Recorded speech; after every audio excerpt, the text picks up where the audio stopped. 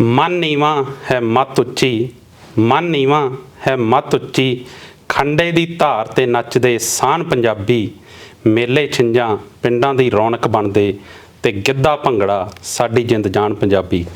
सत श्री अकाल दोस्तों, ਤੁਸੀਂ ਵੇਖ ਰਹੇ ਇੰਡੋਜ਼ ਟੀਵੀ ਆਸਟ੍ਰੇਲੀਆ ਤੇ ਮੈਂ ਹਾਂ ਗੁਰਦੇਵ ਸਿੰਘ ਸਿੱਧੂ ਤੇ ਪ੍ਰੋਗਰਾਮ ਸਨਮੁਖ ਲੈ ਕੇ ਇੱਕ ਵਾਰ ਫਿਰ ਤੋਂ ਹਾਜ਼ਰ ਹਾਂ। ਤੇ ਦੋਸਤੋ, ਅਕਸਰ ਪੰਜਾਬੀਆਂ ਲਈ ਕਿਹਾ ਜਾਂਦਾ ਕਿ ਇੱਕ ਪੰਜਾਬੀ ਨੂੰ ਤੁਸੀਂ ਪੰਜਾਬ ਚੋਂ ਬਾਹਰ ਕੱਢ ਸਕਦੇ ਹੋ, ਪਰ ਇੱਕ ਪੰਜਾਬ ਨੂੰ ਪੰਜਾਬੀ ਚੋਂ ਬਾਹਰ ਕੱਢਣਾ ਲਗਭਗ ਨਾਮੁਮਕਿਨ ਆ, ਕਿਉਂਕਿ ਪੰਜਾਬੀ ਜਿੱਥੇ ਵੀ ਜਾਂਦਾ ਆਪਣੀ ਭਾਸ਼ਾ, ਆਪਣਾ ਵਿਰਸਾ, अपना खाण पीन अपने नाल लैके जांदा, अपना पंजाब अपने नाल लैके जांदा। तां ही असीं विदेशां च रहिंदे होए भी, पंजाब दी मिट्टी तो दूर रहिंदे होए भी पंजाब दी मिट्टी दी ओह खुशबू हमेशा माणदे आ। सो उस माहौल नूं मुड़ सुरजीत करन लई बहुत सारे उपराले विदेशां दे विच हुंदे आ ते इदां दा एक उपराला पुराने पिछले दिनां दे विच आस्ट्रेलिया दे शहर ब्रिसबेन दे विच होया। एक लोक नाचां दी वर्कशॉप लाई जाती है सुरताल भंगड़ा अकैडमी वालों, ते सुरताल भंगड़ा अकैडमी दे वालों लगाई गई वर्कशॉप के जिहड़े मुख संचालक नीति राज सिंह शेरगिल वो साडे विच पधारे हुए ने, इंडोज टीवी के विहड़े विच आए हुए ने ते अज उन्हां नाल आपां गल्लां करांगे। बाई जी हुणां तो बहुत कुछ सीखण नूं मिलूगा, तुसीं इस खुली विचार चर्चा दे विच बहुत कुछ सीख के जाओगे लोक नाचां बारे, पंजाब बारे, पंजाबीयत बारे। सो आओ पहलों स्वागत करिए बाई जी हुणां दा, फिर कर देंगे अगली गलबात। ਬਾਈ ਜੀ ਪਿਆਰ ਭਰੀ ਸਤਿ ਸ਼੍ਰੀ ਅਕਾਲ ਤੇ ਬਹੁਤ ਸਵਾਗਤ ਜੀ ਇੰਡੋਜ਼ ਟੀਵੀ ਆਸਟ੍ਰੇਲੀਆ ਤੇ। ਸਿੱਧੂ ਸਾਹਿਬ, ਤੁਹਾਡਾ ਬਹੁਤ ਬਹੁਤ ਧੰਨਵਾਦ ਕਿ ਤੁਸੀਂ ਮੈਨੂੰ ਇੰਡੋਜ਼ ਟੀਵੀ ਦੇ ਮਾਧਿਅਮ ਰਾਹੀਂ ਆਸਟ੍ਰੇਲੀਆ ਦੇ ਜਿਹੜੇ ਲੋਕ ਇਸ ਵੇਲੇ ਬ੍ਰਿਸਬਨ ਨਹੀਂ ਹੋਰ ਸ਼ਹਿਰਾਂ 'ਚ ਵੀ ਬੈਠੇ ਨੇ ਉਹਨਾਂ ਦੇ ਮੁਖਾਤਬ ਕਰਦੇ ਹੋ ਜੀ। ਬਹੁਤ ਬਹੁਤ ਮਿਹਰਬਾਨੀ ਬਾਈ ਜੀ। ਤੇ ਜਿਸ ਤਰੀਕੇ ਨਾਲ ਆਪਾਂ ਗੱਲ ਕੀਤੀ ਬਾਈ ਜੀ ਕਿ ਜਦੋਂ ਪੰਜਾਬੀ ਇੱਕ ਪੰਜਾਬ ਛੱਡ ਕੇ, ਪੰਜਾਬ ਦੀ ਮਿੱਟੀ ਨੂੰ ਛੱਡ ਕੇ ਬਾਹਰ ਆਉਂਦਾ ਤੇ ਉਹਦਾ ਸਭ ਤੋਂ ਵੱਡਾ ਜਿਹੜਾ ਇੱਕ ਤਰ੍ਹਾਂ ਦਾ ਸਾਥ ਹੁੰਦਾ ਆ ਉੱਥੋਂ ਦੇ ਲੋਕ ਨਾਚ, ਲੋਕ ਗੀਤ ਜਿਹੜੇ ਆ ਉਹਦੀ ਰੂਹ ਦੇ ਖੁਰਾਕ ਹੁੰਦੀ ਆ। ਤੇ ਉਹਨਾਂ ਨਾਲ ਜਦੋਂ ਉਹ ਲੋਕ ਨਾਚ ਉਹਦੇ ਨਾਲ ਰਹਿੰਦੇ ਆ, ਲੋਕ ਗੀਤ ਉਹਦੇ ਨਾਲ ਰਹਿੰਦੇ ਤਾਂ ਉਹਦਾ ਜਿਹੜਾ ਸਮਾਂ ਕੱਟਣਾ ਵਿਦੇਸ਼ਾਂ ਦੀ ਧਰਤੀ ਤੇ ਥੋੜਾ ਜਿਹਾ ਸੌਖਾ ਹੋ ਜਾਂਦਾ ਆ। ਤੇ ਇਦਾਂ ਦੇ ਬਹੁਤ ਸਾਰੇ ਉਪਰਾਲੇ ਆਪਾਂ ਵਿਦੇਸ਼ਾਂ ਦੀ ਧਰਤੀ ਤੇ ਕਰਦੇ ਰਹਿੰਦੇ ਆ। ਇਦਾਂ ਦਾ ਬਹੁਤ ਸੋਹਣਾ ਉਪਰਾਲਾ ਤੁਹਾਡੇ ਵੱਲੋਂ ਕੀਤਾ ਗਿਆ। ਤੇ ਸਭ ਤੋਂ ਪਹਿਲਾਂ ਤਾਂ ਉਸ ਵਰਕਸ਼ਾਪ ਲਾਉਣ ਤੇ ਬਹੁਤ ਬਹੁਤ ਵਧਾਈ, ਕਿਉਂਕਿ ਮੈਂ ਉਸ ਵਰਕਸ਼ਾਪ ਦੇ ਵਿੱਚ ਸੀਗਾ ਤੇ ਜਦੋਂ ਵਰਕਸ਼ਾਪ ਲਾਈ ਗਈ ਤੇ ਜਿਸ ਤਰੀਕੇ ਨਾਲ ਉੱਥੋਂ ਦੇ ਜਿਹੜੇ ਸਾਡੇ ਬੱਚੇ, ਬਜ਼ੁਰਗ ਜਿਨ੍ਹਾਂ ਨੇ ਵੀ ਉਹਦੇ ਵਿੱਚ ਪਾਰਟਿਸਿਪੇਟ ਕੀਤਾ, ਵੇਖਣ ਆਏ, ਉਹਨਾਂ ਦੇ ਚਿਹਰੇ ਤੇ ਜਿਸ ਤਰੀਕੇ ਦੀ ਰੌਣਕ ਸੀ ਉਹ ਬਹੁਤ ਘੱਟ ਵੇਖਣ ਨੂੰ ਮਿਲਦੀ ਹੈ ਵਿਦੇਸ਼ਾਂ। ਸੋ ਇਸ ਲਈ ਤੁਸੀਂ ਵਧਾਈ ਦੇ ਪਾਤਰ ਹੋ। ਮੇਰੇ ਇਕੱਲੇ ਦਾ ਉਪਰਾਲਾ ਨਹੀਂ ਸੀ ਇਹ। ਸੁਰਤਾਲ ਬ੍ਰਿਸਬਨ, ਜਿਹੜੀ ਸੁਰਤਾਲ ਸੱਭਿਆਚਾਰਕ ਸੱਥ ਜਲੰਧਰ ਦੀ ਇੱਕ ਬ੍ਰਾਂਚ ਹੈ, ਜਿਹਦੇ ਵਿੱਚ ਸਾਡੇ ਇੱਥੋਂ ਦੇ ਜਿਹੜੇ ਮੇਰੇ ਕੋ ਜਲੰਧਰ ਸ਼ਹਿਰ ਵਿਖੇ ਭੰਗੜਾ ਸਿੱਖ ਚੁੱਕੇ ਨੇ ਉਹ ਇੱਥੇ ਸੰਚਾਲਨ ਉਹਦਾ ਕਰਦੇ ਪਏ ਨੇ।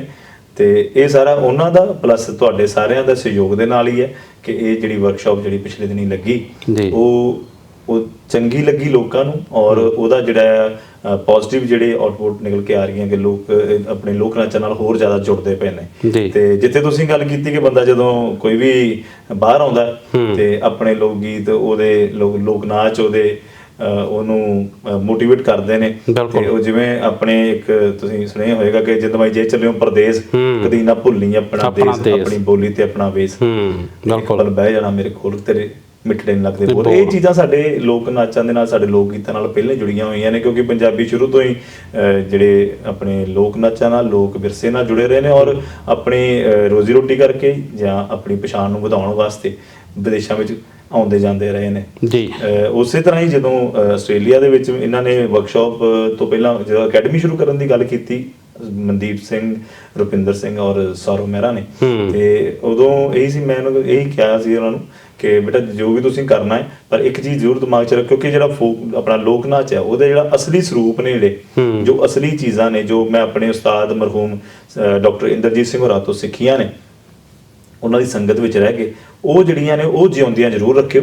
ਕਿਉਂਕਿ ਆਪਾਂ ਜ਼ਿਆਦਾਤਰ ਇੰਟਰਨੈਟ ਤੇ ਵੇਖਦੇ ਹਾਂ ਕਿ ਹਾਂਜੀ ਬਾਹਰਲੇ ਦੇਸ਼ਾਂ ਵਿੱਚ ਜਿੱਥੇ ਭੰਗੜਾ ਜਿਹੜਾ ਆ ਉਹ ਗਾਣਿਆਂ ਦੇ ਉੱਤੇ ਮੁੰਡੇ ਬੱਚੇ ਕਰਦੇ ਪਏ ਨੇ, ਔਰ ਜਿਹੜਾ ਆ ਉਹਦਾ ਸਪੀਡ ਜਿਹੜੀ ਆ ਉਹਦੀ ਦਿਨ ਬ ਦਿਨ ਜਿਹੜੀ ਉਹ ਵਧੀ ਜਾਂਦੀ ਪਈ, ਤੇਜ਼ ਹੁੰਦੀ ਜਾਂਦੀ ਪਈ। ਪਰ ਜਿਹੜਾ ਅਸਲੀ ਲੋਕ ਨਾਚ ਹੈ ਉਹ ਢੋਲ ਤੇ ਪੈਂਦਾ, ਔਰ ਉਹਦੀਆਂ ਪਰੰਪਰਿਕ ਤਾਲਾਂ ਨੇ, ਉਹ ਜਿਹੜੀਆਂ ਚੀਜ਼ਾਂ ਨੇ ਉਹਨਾਂ ਨੂੰ ਜ਼ਰੂਰ ਬੱਚਿਆਂ ਤੱਕ ਪਹੁੰਚਾਇਓ ਕਿਉਂਕਿ ਬੱਚਿਆਂ ਨੂੰ ਪਤਾ ਹੋਵੇ ਕਿ ਸਾਡਾ ਬੇਸਿਕ ਜਿਹੜੀ ਚੀਜ਼ ਆ ਉਹ ਇਹ ਹੈ, ਉਹਦੇ ਨਾਲ ਜੋ ਸਿੱਖਣਾ ਉਹ ਚਾਹੁੰਦੇ ਉਹਨਾਂ ਦੀ ਇੱਛਾ ਹੈ। ਬਿਲਕੁਲ ਬਾਈ ਜੀ, ਮੈਂ ਸੁਰਤਾਲ ਭੰਗੜਾ ਅਕੈਡਮੀ ਦੇ ਪਰਿਵਾਰ ਦਾ ਮੈਂ ਵੀ ਇੱਕ ਛੋਟਾ ਜਿਹਾ ਹਿੱਸਾ ਆ। ਮੈਂ ਆਪਣੇ ਬੱਚਿਆਂ ਨੂੰ, ਜਿੱਦਾਂ ਤੁਸੀਂ ਕਿਹਾ ਕਿ ਬੱਚਿਆਂ ਨੂੰ ਸਿਖਾਉਣ ਦਾ ਸਾਡੇ ਅੰਦਰ ਵੀ ਇਹੀ ਹੁੰਦਾ ਆ ਕੋਸ਼ਿਸ਼ ਕਿ ਜਿਹੜੇ ਸਾਡੇ ਬੱਚੇ ਆਪਾਂ ਬੇਸ਼ੱਕ ਪੰਜਾਬ ਤੋਂ ਦੂਰ ਬੈਠੇ ਆ ਪਰ ਉਸ ਮਿੱਟੀ ਨਾਲ ਜੁੜੇ ਰਹਿਣ, ਉਸ ਵਿਰਸੇ ਨਾਲ ਜੁੜੇ ਰਹਿਣ। ਤਾਂ ਮੇਰੇ ਖਿਆਲ ਵਿਦੇਸ਼ਾਂ 'ਚ ਬੈਠੇ ਹਰ ਮਾਂ ਪਿਓ ਦੀ ਤਾਂਘ ਇਹੀ ਹੁੰਦੀ ਆ ਕਿ ਕਿਸੇ ਨਾ ਕਿਸੇ ਤਰੀਕੇ ਉਹਨਾਂ ਨੂੰ ਪੰਜਾਬੀ ਨਾਲ, ਪੰਜਾਬੀਅਤ ਨਾਲ ਜੋੜਿਆ ਜਾਵੇ। ਤੇ ਅਸੀਂ ਉਹ ਹਰ ਸ਼ਨੀਵਾਰ ਤੇ ਬੁੱਧਵਾਰ ਕਲਾਸਾਂ ਲੱਗਦੀਆਂ ਜਾਈਦਾ, ਤੇ ਉੱਥੇ ਜਦੋਂ ਬੱਚਿਆਂ ਦਾ ਉਹ ਵੇਖੀਦਾ ਕਿਸ ਤਰੀਕੇ ਨਾਲ ਉਹ ਮੋਟੀਵੇਟ ਹੋ ਕੇ ਉਹਦੇ ਵਿੱਚ ਹਿੱਸਾ ਲੈਂਦੇ ਆ ਤੇ ਉਹਨਾਂ ਦੇ ਚਿਹਰੇ ਤੇ ਜਿਹੜੀ ਮੁਸਕਰਾਹਟ ਆ, ਜਿਹੜੀ ਖੁਸ਼ੀ ਆ, ਉਹ ਬਹੁਤ ਘੱਟ ਵੇਖਣ ਨੂੰ ਮਿਲਦੀ ਆ। ਫਿਲਹਾਲ ਆਪਾਂ ਉੱਤੇ ਬਾਅਦ ਚ ਆਵਾਂਗੇ, ਪਰ ਮੈਂ ਸ਼ੁਰੂਆਤ ਬਾਈ ਜੀ ਕਰਨੀ ਚਾਹੁੰਦਾ ਤੁਹਾਡੀ ਪਰਸਨਲ ਲਾਈਫ ਤੋਂ ਕਿ ਤੁਸੀਂ ਬਹੁਤ ਸਾਲ ਹੋ ਗਏ ਤੁਹਾਨੂੰ ਲੋਕ ਨਾਚਾਂ ਦੀ ਸੇਵਾ ਕਰਦਿਆਂ, ਪੰਜਾਬੀਅਤ ਦੀ ਸੇਵਾ ਕਰਦਿਆਂ, ਇਹਦੇ ਨਾਲ ਜੁੜੇ ਹੋਇਆ। ਹਾਲਾਂਕਿ ਤੁਸੀਂ ਜਿਹੜਾ ਭੰਗੜੇ ਨੂੰ ਇੱਕ ਜੀਵਨ ਜਾਚ ਬਣਾਇਆ ਹੋਇਆ, ਇਹਨੂੰ ਹੰਢਾ ਰਹੇ ਹੋ ਤੁਸੀਂ। ਤੇ ਸਭ ਤੋਂ ਪਹਿਲਾਂ ਤਾਂ ਮੈਨੂੰ ਇਹ ਦੱਸੋ ਕਿ ਤੁਹਾਡਾ ਸੁਮੇਲ ਭੰਗੜੇ ਨਾਲ ਕਿੱਦਾਂ ਹੁੰਦਾ, ਕਿੱਦਾਂ ਸ਼ੁਰੂਆਤ ਹੁੰਦੀ ਆ?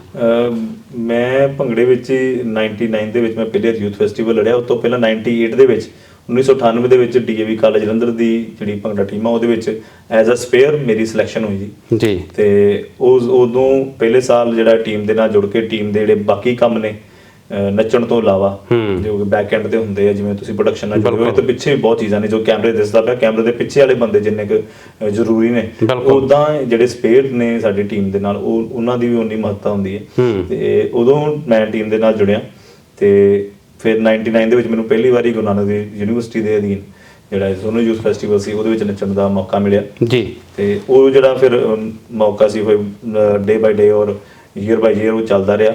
ਮੈਂ ਗ੍ਰੈਜੂਏਸ਼ਨ ਜਿਹੜੀ ਹੈ ਉਹ ਕੰਪਲੀਟ ਕੀਤੀ, ਫਿਰ ਮਾਸਟਰਸ ਇਨ ਪੰਜਾਬੀ ਉਹ ਕੰਪਲੀਟ ਕੀਤੀ। ਆਪਣੀ ਪੋਸਟ ਗ੍ਰੈਜੂਏਸ਼ਨ ਜਿਹੜੀ ਹੈ ਉਹ ਜਿਹੜੇ 5 ਸਾਲ ਸੀਗੇ ਮੈਂ ਲੋਕ ਨਾਚਾਂ ਨਾਲ ਜੁੜਿਆ ਰਿਹਾ ਔਰ ਟੀਮ ਦੀ ਜਿਹੜੀ ਹੈ ਜ਼ਿੰਮੇਵਾਰੀ ਥੋੜੀ ਜਿਹੀ ਆਪਣੇ ਮੋਢਿਆਂ ਤੇ ਵੀ ਰੱਖੀ ਬੀਇੰਗ ਅ ਕੈਪਟਨ। ਤੇ ਉਹਨਾਂ ਦਿਨਾਂ ਦੇ ਵਿੱਚ ਨੈਸ਼ਨਲ ਯੂਥ ਫੈਸਟੀਵਲ ਸੀ, ਉਹਨਾਂ ਵਿੱਚ ਪੰਜਾਬ ਨੂੰ ਰਿਪਰੈਜ਼ੈਂਟ ਕਰਦੇ ਰਹੇ। ਤੇ ਜਦੋਂ ਪੜ੍ਹ ਕੇ ਰੁਜ਼ਗਾਰ ਵਾਲੇ ਪਾਸੇ ਹੋਏ ਤੇ ਸਾਡੇ ਜਿਹੜੇ ਇੰਚਾਰਜ ਸੀ ਡਾਕਟਰ ਸੁਖਦੇਵ ਸਿੰਘ ਰੰਧਾਵਾ ਜੀ, ਜਿਹੜੇ ਇੰਚਾਰਜ ਸੀ ਸਾਡੇ DAV ਕਾਲਜ ਭੰਗੜਾ ਟੀਮ ਦੇ, ਉਹਨਾਂ ਨੇ ਫਿਰ ਮੈਨੂੰ ਕਿਹਾ ਕਿ ਵੀ ਕਾਕਾ ਤੂੰ ਨਾਲ ਟੀਮ ਨੂੰ ਵੀ ਦੇਖਣਾ ਆ। ਫਿਰ ਉਦੋਂ ਦਾ ਜਿਹੜਾ ਆ ਪਿਆਰ ਮਿਲਦਾ ਪਿਆ ਆਪਣੇ ਮੇਰੇ ਛੋਟੇ ਭਰਾਵਾਂ ਦਾ ਜਿਹੜੇ ਕਿ ਟੀਮ ਦੇ ਮੈਂਬਰ ਰਹੇ ਨੇ। ਤੇ ਬਾਈ ਜੀ ਜਿੱਦਾਂ ਤੁਸੀਂ ਦੱਸਿਆ ਕਿ ਸਪੇਅਰਾਂ ਤੋਂ ਸ਼ੁਰੂ ਹੋ ਕੇ ਫਿਰ ਕੈਪਟਨ ਬਣਦੇ ਹੋ ਟੀਮ ਦੇ, ਫਿਰ ਹੁਣ ਉਹਨੂੰ ਐਜ਼ ਅ ਰੁਜ਼ਗਾਰ ਵੀ ਲੈ ਕੇ ਜਾ ਰਹੇ ਹੋ ਅੱਗੇ ਤੇ ਜੀ। ਤੇ ਇਹ ਬਹੁਤ ਖੁਸ਼ਕਿਸਮਤ ਹੁੰਦੇ ਨੇ ਉਹ ਲੋਕ ਜਿਹੜੇ ਆਪਣੇ ਸ਼ੌਂਕ ਨੂੰ ਆਪਣਾ ਰੁਜ਼ਗਾਰ ਬਣਾਉਂਦੇ ਨੇ। ਬਹੁਤ ਘੱਟ ਇਨਸਾਨਾਂ ਨੂੰ ਇਦਾਂ ਦਾ ਮੌਕਾ ਮਿਲਦਾ ਆ। ਤਾਂ ਤੁਸੀਂ ਜਦੋਂ ਪਹਿਲੀ ਵਾਰ ਇਸ ਭੰਗੜੇ ਨਾਲ ਜਦੋਂ ਲੋਕ ਨਾਚਾਂ ਨਾਲ ਜੁੜਦੇ ਹੋ ਤਾਂ ਉਦੋਂ ਹੀ ਕੀ ਗੱਲ ਇਹ ਦਿਮਾਗ ਦੇ ਵਿੱਚ ਆ ਜੀ ਉਹ ਫੀਲਿੰਗ ਆ ਜਾਂਦੀ ਆ ਕਿ ਇਹਨੂੰ ਲੰਮਾ ਹੰਡਾਉਣਾ ਆ ਜਾਂ ਇਹਨੂੰ ਇੱਕ ਜੀਵਨ ਜਾਚ ਬਣਾਉਣਾ ਆ? ਦੇਖੋ ਪਹਿਲੀ ਗੱਲ ਤੇ ਇਹ ਕਿ ਭੰਗੜਾ ਮੇਰਾ ਰੁਜ਼ਗਾਰ ਨਹੀਂ ਜੀ। ਮੈਂ ਮਾਸ ਮੀਡੀਆ ਆਫੀਸਰ ਹਾਂ ਜੀ ਪੰਜਾਬ ਦੇ ਸਿਹਤ ਤੇ ਪਰਿਵਾਰ ਭਲਾਈ ਵਿਭਾਗ ਦੇ ਵਿੱਚ। ਅੱਛਾ ਜੀ। ਤੇ ਉਹ ਮੇਰੀ ਜੌਬ ਮੇਰੀ ਉਹ ਹੈ।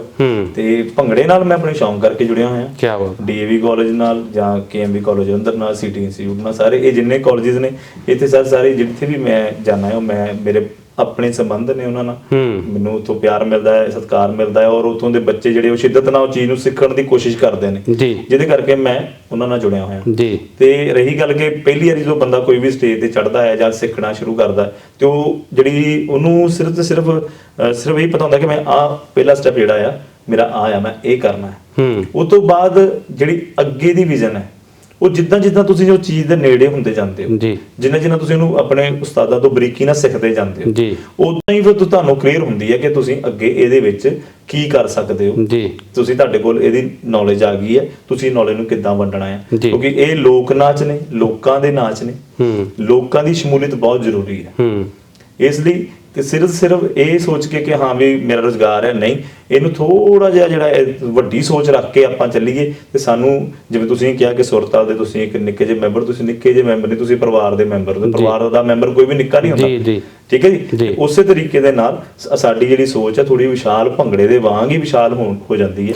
ਬਿਲਕੁਲ, ਮੇਰੇ ਖਿਆਲ ਜਿਸ ਤਰੀਕੇ ਨਾਲ ਤੁਸੀਂ ਕਹਿ ਰਹੇ ਹੋ ਕਿ ਸੋਚ ਵੱਡੀ ਚਾਹੀਦੀ, ਇਹ ਤਾਂ ਹੋਰ ਵੀ ਮੇਰੇ ਖਿਆਲ ਬਹੁਤ ਵੱਡੀ ਗੱਲ ਹੈ ਕਿ ਇੱਕ ਤਾਂ ਸਿਰਫ ਆਪਾਂ ਰੁਜ਼ਗਾਰ ਲੈਣਾ ਤੇ ਇੱਕ ਆਪਣਾ ਰੁਜ਼ਗਾਰ ਨੂੰ ਸਾਈਡ ਤੇ ਰੱਖ ਕੇ, ਜਿੱਦਾਂ ਤੁਸੀਂ ਕਿਹਾ ਕਿ ਤੁਹਾਡਾ ਰੁਜ਼ਗਾਰ ਹੋ ਰਿਹਾ, ਉਹਦੇ ਨਾਲ ਨਾਲ ਭੰਗੜੇ ਲਈ ਟਾਈਮ ਕੱਢਣਾ ਤੇ ਇੰਨੀ ਸ਼ਿੱਦਤ ਨਾਲ ਕੱਢਣਾ ਕਿ ਤੁਸੀਂ ਤੁਹਾਡੀਆਂ, ਮੈਂ ਬਹੁਤ ਸਾਰੀਆਂ ਵੀਡੀਓਜ਼ ਦੇਖੀਆਂ ਕਿ ਤੁਹਾਡੀਆਂ ਟੀਮਾਂ ਲਗਾਤਾਰ Punjab youth festival, inter college, inter university ਜਿਹੜੇ ਇੰਟਰ ਜ਼ੋਨਲ ਯੂਥ ਫੈਸਟੀਵਲ ਹੁੰਦੇ ਆ, ਤੁਹਾਡੀਆਂ ਟੀਮਾਂ ਉਹਨਾਂ ਦਾ ਲਗਾਤਾਰ ਸ਼ਿੰਗਾਰ ਬਣਦੀਆਂ ਰਹੀਆਂ ਤੇ ਉਸ ਟਾਈਮ ਉਹ ਸਮਾਂ ਦੇਣਾ ਇੰਨਾ ਆਪਣੇ ਰੁਜ਼ਗਾਰ ਦੇ ਨਾਲ ਨਾਲ, ਇਹ ਤਾਂ ਹੋਰ ਵੀ ਵੱਡੀ ਗੱਲ ਹੋ ਜਾਂਦੀ ਆ। ਹਾਂ ਜੀ, ਥੋੜਾ ਜਿਹਾ ਮੁਸ਼ਕਲ ਤੇ ਹੁੰਦਾ ਹੈ ਕਿ ਰੁਜ਼ਗਾਰ, ਪਰਿਵਾਰ ਤੇ ਫਿਰ ਉਹਦੇ ਵਿੱਚੋਂ ਸ਼ੌਂਕ ਵਾਸਤੇ ਸਮਾਂ ਕੱਢਣਾ। ਪਰ ਮੈਨੂੰ ਪਰਿਵਾਰ ਮੇਰੇ ਦੀ ਬਹੁਤ ਸਪੋਰਟ ਰਹੀ ਹੈ। ਜਦੋਂ ਮੈਂ ਅਨਮੈਰਿਡ ਸੀ ਉਦੋਂ ਮੇਰੇ ਫਾਦਰ ਸਾਹਿਬ, ਮੇਰੇ ਮਦਰ, ਮੇਰੇ ਵੱਡੇ ਭੈਣ ਜੀ ਡਾਕਟਰ ਮਹੀਪਿੰਦਰ ਕੌਰ ਹੋਰੀ ਤੇ ਵੱਡੇ ਬ੍ਰਦਰ ਡਾਕਟਰ ਸੁਰਾਜ ਸਿੰਘ, ਇਹ ਸਾਰੇ ਮੇਰਾ ਪਰਿਵਾਰ ਜਿਹੜਾ ਇਹਨਾਂ ਨੇ ਮੈਨੂੰ ਬਹੁਤ ਬੂਸਟ ਕੀਤਾ। ਮੈਨੂੰ ਹਰੇਕ ਮੇਰੇ ਕਦਮ ਦੇ ਉੱਤੇ ਮੇਰੇ ਨਾਲ ਤੁਰਦੇ ਖੜਦੇ ਰਹੇ ਨੇ। ਤੇ ਉਦੋਂ ਬਾਅਦ ਮੇਰੇ ਹਮਸ਼ੀਰਾ, ਮੇਰੀ ਵਾਈਫ ਬਲਜੀਤ ਕੌਰ, ਉਹ ਮੇਰੇ ਬੱਚੇ ਮੈਨੂੰ ਸਾਰਿਆਂ ਨੇ ਸਪੋਰਟ ਕਰਦੇ। ਕੋਈ ਇਹ ਗੱਲ ਨਹੀਂ ਕਿ ਹਾਂ ਵੀ ਇਹ ਭੰਗੜਾ ਪਾਉਣ ਗਿਆ ਹੋਇਆ ਵਿੱਚੋਂ ਘਰ ਦਾ ਕੋਈ ਕੰਮ ਰੁਕ ਗਿਆ ਜਾਂ ਕੁਝ ਵੀ, ਉਹ ਚੀਜ਼ ਜਿਹੜੀ ਉਹਨਾਂ ਨੇ ਆਪੇ ਮੈਨੇਜ ਕਰ ਲੈਣੀ। ਉਹਨਾਂ ਕਹੇ ਇਹ ਉੱਥੇ ਗਏ ਹੋਏ ਨੇ, ਬਸ ਦੈਟਸ ਇਟ। ਕਿਉਂਕਿ ਉਹਨਾਂ ਨੂੰ ਪਤਾ ਹੈ ਕਿ ਤੁਹਾਡੇ ਲਈ ਜਿਹੜਾ ਭੰਗੜਾ ਉਹ ਕੀ ਮਾਇਨੇ ਰਖਾਉਂਦਾ ਆ, ਤੇ ਇਸ ਕਰਕੇ ਉਹ ਪਰਿਵਾਰ ਦਾ ਸਾਥ ਤੇ ਹੋਰ ਵੀ ਜ਼ਿਆਦਾ ਜ਼ਰੂਰੀ ਹੋ ਜਾਂਦਾ। ਬਾਈ ਜੀ, ਆਪਾਂ ਲੋਕ ਨਾਚਾਂ ਵੱਲ ਆਈਏ ਤੇ ਮੇਰੇ ਵਰਗੇ ਇਨਸਾਨ ਨੂੰ ਮੈਨੂੰ ਲੱਗਦਾ ਹੁੰਦਾ ਸੀ ਕਿ ਭੰਗੜਾ, ਹਾਲਾਂਕਿ ਬਹੁਤ ਸਾਰੇ ਜਿਹੜੇ ਲੋਕ ਨਾਚ ਆ ਉਹਨਾਂ ਦਾ ਸੁਮੇਲ ਆ, ਪਰ ਮੈਂ ਜਦੋਂ ਇਹਦੇ ਬਾਰੇ ਪੜ੍ਹਿਆ ਤਾਂ ਉਦੋਂ ਮੈਨੂੰ ਪਤਾ ਲੱਗਾ ਕਿ ਲੁੱਡੀ ਹੁੰਦੀ ਆ, ਝੂਮਰ ਹੁੰਦਾ ਆ, ਡੰਡਾਸ ਹੁੰਦਾ, ਇੱਕ ਵੱਖੋ ਵੱਖਰੀ ਆਪਣੀ ਸ਼ਮੂਲੀਅਤ ਆ ਇਹਨਾਂ ਦੀ ਬੇਸ਼ੱਕ ਭੰਗੜੇ ਦੇ ਵਿੱਚ, ਪਰ ਇੱਕ ਆਪਣੀ ਆਇਡੈਂਟੀਟੀ ਰੱਖਦੇ ਆ, ਵੱਖਰੇ ਲੋਕ ਨਾਚ ਆ। ਤੇ ਆਪਾਂ ਸ਼ੁਰੂਆਤ ਜੇ ਲੋਕ ਨਾਚ ਦੇ ਇਤਿਹਾਸ ਤੋਂ ਤੁਸੀਂ ਥੋੜੀ ਦੱਸਣੀ ਚਾਹੋ ਕਿ ਇਹ ਪੰਜਾਬ ਦੇ ਨਾਲ ਕਿੱਦਾਂ ਜੁੜਦੇ ਆ, ਇਹਦੇ ਇਤਿਹਾਸ ਬਾਰੇ ਜ਼ਰੂਰ ਦੱਸੋ ਥੋੜਾ ਜਿਹਾ। ਜਿੰਨਾ ਕਿ ਮੈਂ ਆਪਣੇ ਉਸਤਾਦ ਹੋਰਾਂ ਤੋਂ ਸੁਣਿਆ ਇਹਦੇ ਬਾਰੇ, ਕਿਉਂਕਿ ਆਪਾਂ ਨੂੰ ਲਿਖਿਆ ਇਹਦੇ ਕੋਈ ਚੀਜ਼ਾਂ ਘੱਟ ਲੱਭਦੀਆਂ ਨੇ, ਜਿਨ੍ਹਾਂ ਲੋਕਾਂ ਨੇ ਇਸ ਚੀਜ਼ ਉੱਤੇ ਕੰਮ ਕੀਤਾ, ਪੇਪਰ ਪ੍ਰੈਜੈਂਟੇਸ਼ਨ ਕੀਤੀ ਜਾਂ PhD ਕੀਤੀ, ਉਹਨਾਂ ਤੋਂ ਜੋ ਚੀਜ਼ਾਂ ਆਪਾਂ ਨੂੰ ਮਿਲਦੀਆਂ ਨੇ, ਮੈਂ ਜ਼ਿਆਦਾਤਰ ਉਹਨਾਂ ਬੰਦਿਆਂ ਨਾਲ ਬੈਠਾ ਖਲੋਤਾ ਜਿਨ੍ਹਾਂ ਨੇ ਆਪ ਇਹਨੂੰ ਹੰਢਾਇਆ ਆ। ਤੇ ਸਰ ਜਿਹੜੇ ਨੇ ਡਾਕਟਰ ਇੰਦਰ ਸਿੰਘ ਹੋਰੀ, ਇਹੀ ਜੋ ਸਾਡੀ ਜਦੋਂ ਵੀ ਗੱਲਬਾਤ ਹੋਣੀ ਤੇ ਉਹਨਾਂ ਨੇ ਕਿ ਪਹਿਲੀ ਗੱਲ ਤੇ ਇਹ ਜਿਹੜਾ ਭੰਗੜਾ ਆ, ਇਹ ਇਕੱਲੇ ਪੰਜਾਬ ਦਾ ਲੋਕ ਨਾਚ ਨਹੀਂ ਹੈ, ਇਹ ਪੰਜਾਬ ਦਾ ਨਾਚ ਨਹੀਂ ਹੈ, ਉਹਨਾਂ ਦੇ ਕਹਿਣ ਅਨੁਸਾਰ ਇਹ ਸਾਰੀ ਦੁਨੀਆ ਦਾ ਨਾਚ ਹੈ। ਕਿ ਆਪਾਂ ਜੇਕਰ ਤੁਸੀਂ ਦੇਖੋ, ਤੁਸੀਂ ਘਰ ਜਾਂਦੇ ਹੋ, ਤੁਹਾਡੇ ਛੋਟੇ ਬੱਚੇ ਹੋਣਗੇ ਤੇ ਤੁਹਾਡਾ ਬੱਚਾ ਤੁਹਾਨੂੰ ਵੇਖ ਕੇ ਜਦੋਂ ਖੁਸ਼ ਹੁੰਦਾ ਤੇ ਦੋਵੇਂ ਬਾਹਾਂ ਉੱਪਰ ਕਰਦਾ। ਬਿਲਕੁਲ, ਉਹ ਉਹਨਾਂ ਦੇ ਅਨੁਸਾਰ ਇੱਕ ਭੰਗੜੇ ਦੀ ਮੁਦਰਾ ਹੀ ਹੈ ਕਿ ਹਾਂਜੀ ਜੀ, ਖੁਸ਼ੀ ਦੇ ਵਿੱਚ ਜੋ ਬਾਹਾਂ ਉਲਾਰੀਆਂ ਕਿਸੇ ਨੇ ਵੀ ਪਹਿਲਾਂ, ਤੇ ਉਹ ਭੰਗੜਾ ਬਣਿਆ। ਜਦੋਂ ਵੀ ਕਿਸੇ ਸ਼ਿਕਾਰੀ ਨੇ ਸ਼ਿਕਾਰ ਕਰਕੇ ਤੇ ਉਹ ਉਹਦੇ ਵਾਸਤੇ ਜੇ ਆਪਣਾ ਨੇਜ਼ਾ ਚੱਕੇ, ਉਹਦੇ ਵੱਲੋਂ ਛਾਲ ਮਾਰੀ ਤੇ ਉਹ ਜਿਹੜੀ ਛਾਲ ਹੈ ਉਹ ਭੰਗੜੇ ਦਾ ਹੀ ਰੂਪ। ਇਸੇ ਤਰੀਕੇ ਨਾਲ ਜਿਹੜੇ ਇਹ ਸੀ, ਇਹ ਪਹਿਲਾਂ ਕਬੀਲਿਆਂ 'ਚ ਨੱਚਿਆ ਜਾਂਦਾ ਸੀ ਜੀ, ਕਬੀਲਿਆਂ ਤੋਂ ਨੱਚਿਆ ਜਾਂਦਾ, ਨੱਚਦਿਆਂ ਹੌਲੀ ਹੌਲੀ ਸੱਭਿਆਚਾਰ ਜਿਹੜਾ ਇੱਕ ਚੀਜ਼ ਜਿਹੜਾ ਇਕੱਠੇ ਹੋਏ ਜਦੋਂ ਕਬੀਲੇ ਇੱਕ ਥਾਂ ਤੇ ਫਿਰ ਇਹ ਹੌਲੀ ਹੌਲੀ ਜਿਹੜਾ ਬਣਦਾ ਰਿਹਾ, ਇਹ ਲੋਕ ਨਾਚ ਬਣਿਆ। ਪਹਿਲਾਂ ਕਬਾਇਲੀ ਨਾਚ ਤੋਂ ਤੇ ਇਹ ਲੋਕ ਨਾਚ ਬਣਿਆ। ਲੋਕ ਨਾਚ ਫਿਰ ਜਦੋਂ ਬਾਅਦ ਦੇ ਵਿੱਚ ਮੇਲਿਆਂ 'ਚ ਆ ਗਿਆ, ਮੇਲਿਆਂ ਤੋਂ ਹੌਲੀ ਹੌਲੀ ਜਿਹੜਾ ਆ ਇਹ ਸਟੇਜਾਂ ਤੇ ਆ ਗਿਆ ਜੀ। ਇਦਾਂ ਇਹਦਾ ਜਿਹੜਾ ਆ ਇੱਕ ਜਰਨੀ ਜਿਹੜੀ ਆ ਉਹ ਚੱਲਦੀ ਹੈ, ਉਹ ਜਿਹੜੀ ਚੱਲਦੀ ਸਟੇਜਿਸ ਤੇ ਆਈ। ਹੁਣ ਸਟੇਜਾਂ ਤੋਂ ਵਿਦੇਸ਼ਾਂ ਵਿੱਚ ਤੁਹਾਡੇ ਸਾਹਮਣੇ ਕਿੰਨੀਆਂ ਸਟੇਜਾਂ ਨੇ ਔਰ ਕਈ ਕੁਝ ਸਾਰੀ ਥਾਂ ਤੇ ਪਹੁੰਚਿਆ ਹੋਇਆ। ਬਿਲਕੁਲ। ਪਰ ਬਾਈ ਜੀ, ਜਿਸ ਤਰੀਕੇ ਨਾਲ ਆਪਾਂ ਜਦੋਂ ਵੇਖਦੇ ਆ ਤਾਂ ਦੁਨੀਆ ਦੇ ਜਿਹੜੇ ਨਾਚ ਆ ਉਹ ਕੀਤੇ ਜਾਂਦੇ, ਮੈਂ ਅਕਸਰ ਹਮੇਸ਼ਾ ਕਹਿੰਦਾ ਹੁੰਦਾ ਕਿ ਜਿਹੜਾ ਭੰਗੜਾ ਆ, ਭੰਗੜਾ ਪਾਉਣ ਵਾਲਾ ਜਾਂ ਭੰਗੜੇ ਨਾਲ ਜੁੜਨ ਵਾਲਾ ਜਿਹੜਾ ਇਨਸਾਨ ਆ, ਉਹ ਕਦੀ ਵੀ ਢਹਿੰਦੀ ਕਲਾ 'ਚ ਨਹੀਂ ਜਾਂਦਾ। ਤੇ ਪੰਜਾਬੀਆਂ ਲਈ ਹਮੇਸ਼ਾ ਕਿਹਾ ਜਾਂਦਾ ਕਿ ਉਹ ਚੜ੍ਹਦੀ ਕਲਾ ਵਾਲੇ ਲੋਕ ਨੇ, ਚੜ੍ਹਦੀ ਕਲਾ 'ਚ ਰਹਿਣ ਵਾਲੇ ਲੋਕ ਨੇ। ਤੇ ਜਿਹੜਾ ਭੰਗੜਾ ਆ ਉਹ ਪਾਇਆ ਜਾਂਦਾ ਤੇ ਦੁਨੀਆ ਦੇ ਨਾਚ ਜਿਹੜੇ ਉਹ ਕੀਤੇ ਜਾਂਦੇ। ਇਹਦੇ ਵਿੱਚ ਇਹ ਤੁਸੀਂ ਕਿੱਦਾਂ ਦੇਖਦੇ ਹੋ ਇਸ ਚੀਜ਼ ਨੂੰ? ਦੋ ਚੀਜ਼ਾਂ ਨੇ ਜੀ। ਪੰਜਾਬੀਆਂ ਦੇ ਉੱਤੇ ਵਾਹਿਗੁਰੂ ਦੀ ਬੜੀ ਕਿਰਪਾ ਹੈ। ਇਹ ਚੜ੍ਹਦੀ ਕਲਾ ਇਸ ਲਈ ਰਹਿੰਦੇ ਨੇ ਕਿ ਇਹ ਭਾਣਾ ਮੰਨਣਾ ਵੀ ਜਾਣਦੇ ਨੇ ਤੇ ਆਪਣੇ ਹੱਕ ਲਈ ਲੜਨਾ ਵੀ ਜਾਣਦੇ ਨੇ ਜੀ। ਇਹਨਾਂ ਦੋਵਾਂ ਗੱਲਾਂ ਕਰਕੇ ਇਹ ਹਮੇਸ਼ਾ ਚੜ੍ਹਦੀ ਕਲਾ 'ਚ ਨੇ। ਜਿੱਥੇ ਸਤਿਗੁਰੂ ਨੇ ਕੋਈ ਇਦਾਂ ਦਾ ਮੌਕਾ ਲਿਆਤਾ, ਕੁਝ ਇਦਾਂ ਦਾ ਮਾਹੌਲ ਬਣ ਗਿਆ ਕਿ ਜਿੱਥੇ ਇਹ ਕੁਝ ਕਰ ਨਹੀਂ ਸਕਦੇ ਤੇ ਇਹ ਵਾਹਿਗੁਰੂ ਦਾ ਭਾਣਾ ਮੰਨਦੇ ਨੇ। ਤੇ ਜਿੱਥੇ ਇਹਨਾਂ ਨੂੰ ਲੱਗੇ ਕਿ ਹਾਂ ਵੀ ਇਹ ਗੱਲ ਕੁਝ ਕੀਤਿਆਂ ਬਗੈਰ ਨਹੀਂ ਸਰਨਾ, ਉੱਥੇ ਵੀ ਆਪਣਾ ਹੱਕ ਵੀ ਲੈਂਦੇ ਨੇ। ਇਸ ਲਈ ਚੜ੍ਹਦੀ ਕਲਾ 'ਚ ਰਹਿਣਾ ਇਹਨਾਂ ਦੇ ਸੁਭਾਅ ਦੇ ਵਿੱਚ ਹੈ, ਕਿਉਂਕਿ ਵਾਹਿਗੁਰੂ ਦੀ ਬੜੀ ਕਿਰਪਾ ਹੈ ਇਹਨਾਂ ਤੇ। ਤੇ ਉਸ ਤੋਂ ਬਾਅਦ ਗੱਲ ਆਉਂਦੀ ਹੈਗੀ ਹੈ ਨੱਚਣ ਦੀ ਤੇ ਪਾਉਣ ਦੀ। ਤੇ ਜਿਹੜੇ ਸਾਡੇ ਡਾਂਸਿਸ ਨੇ, ਜਿਹਦੇ ਵਿੱਚ ਆਪਾਂ ਧਮਾਲ ਦੀ ਗੱਲ ਕਰਦੇ ਹਾਂ ਜਾਂ ਭੰਗੜੇ ਦੀ ਗੱਲ ਕਰਦੇ ਹਾਂ, ਇਹ ਸਾਰੇ ਡਾਂਸ ਜਿਹੜੇ ਨੇ ਇਹ ਪੈਂਦੇ ਕਿਉਂ?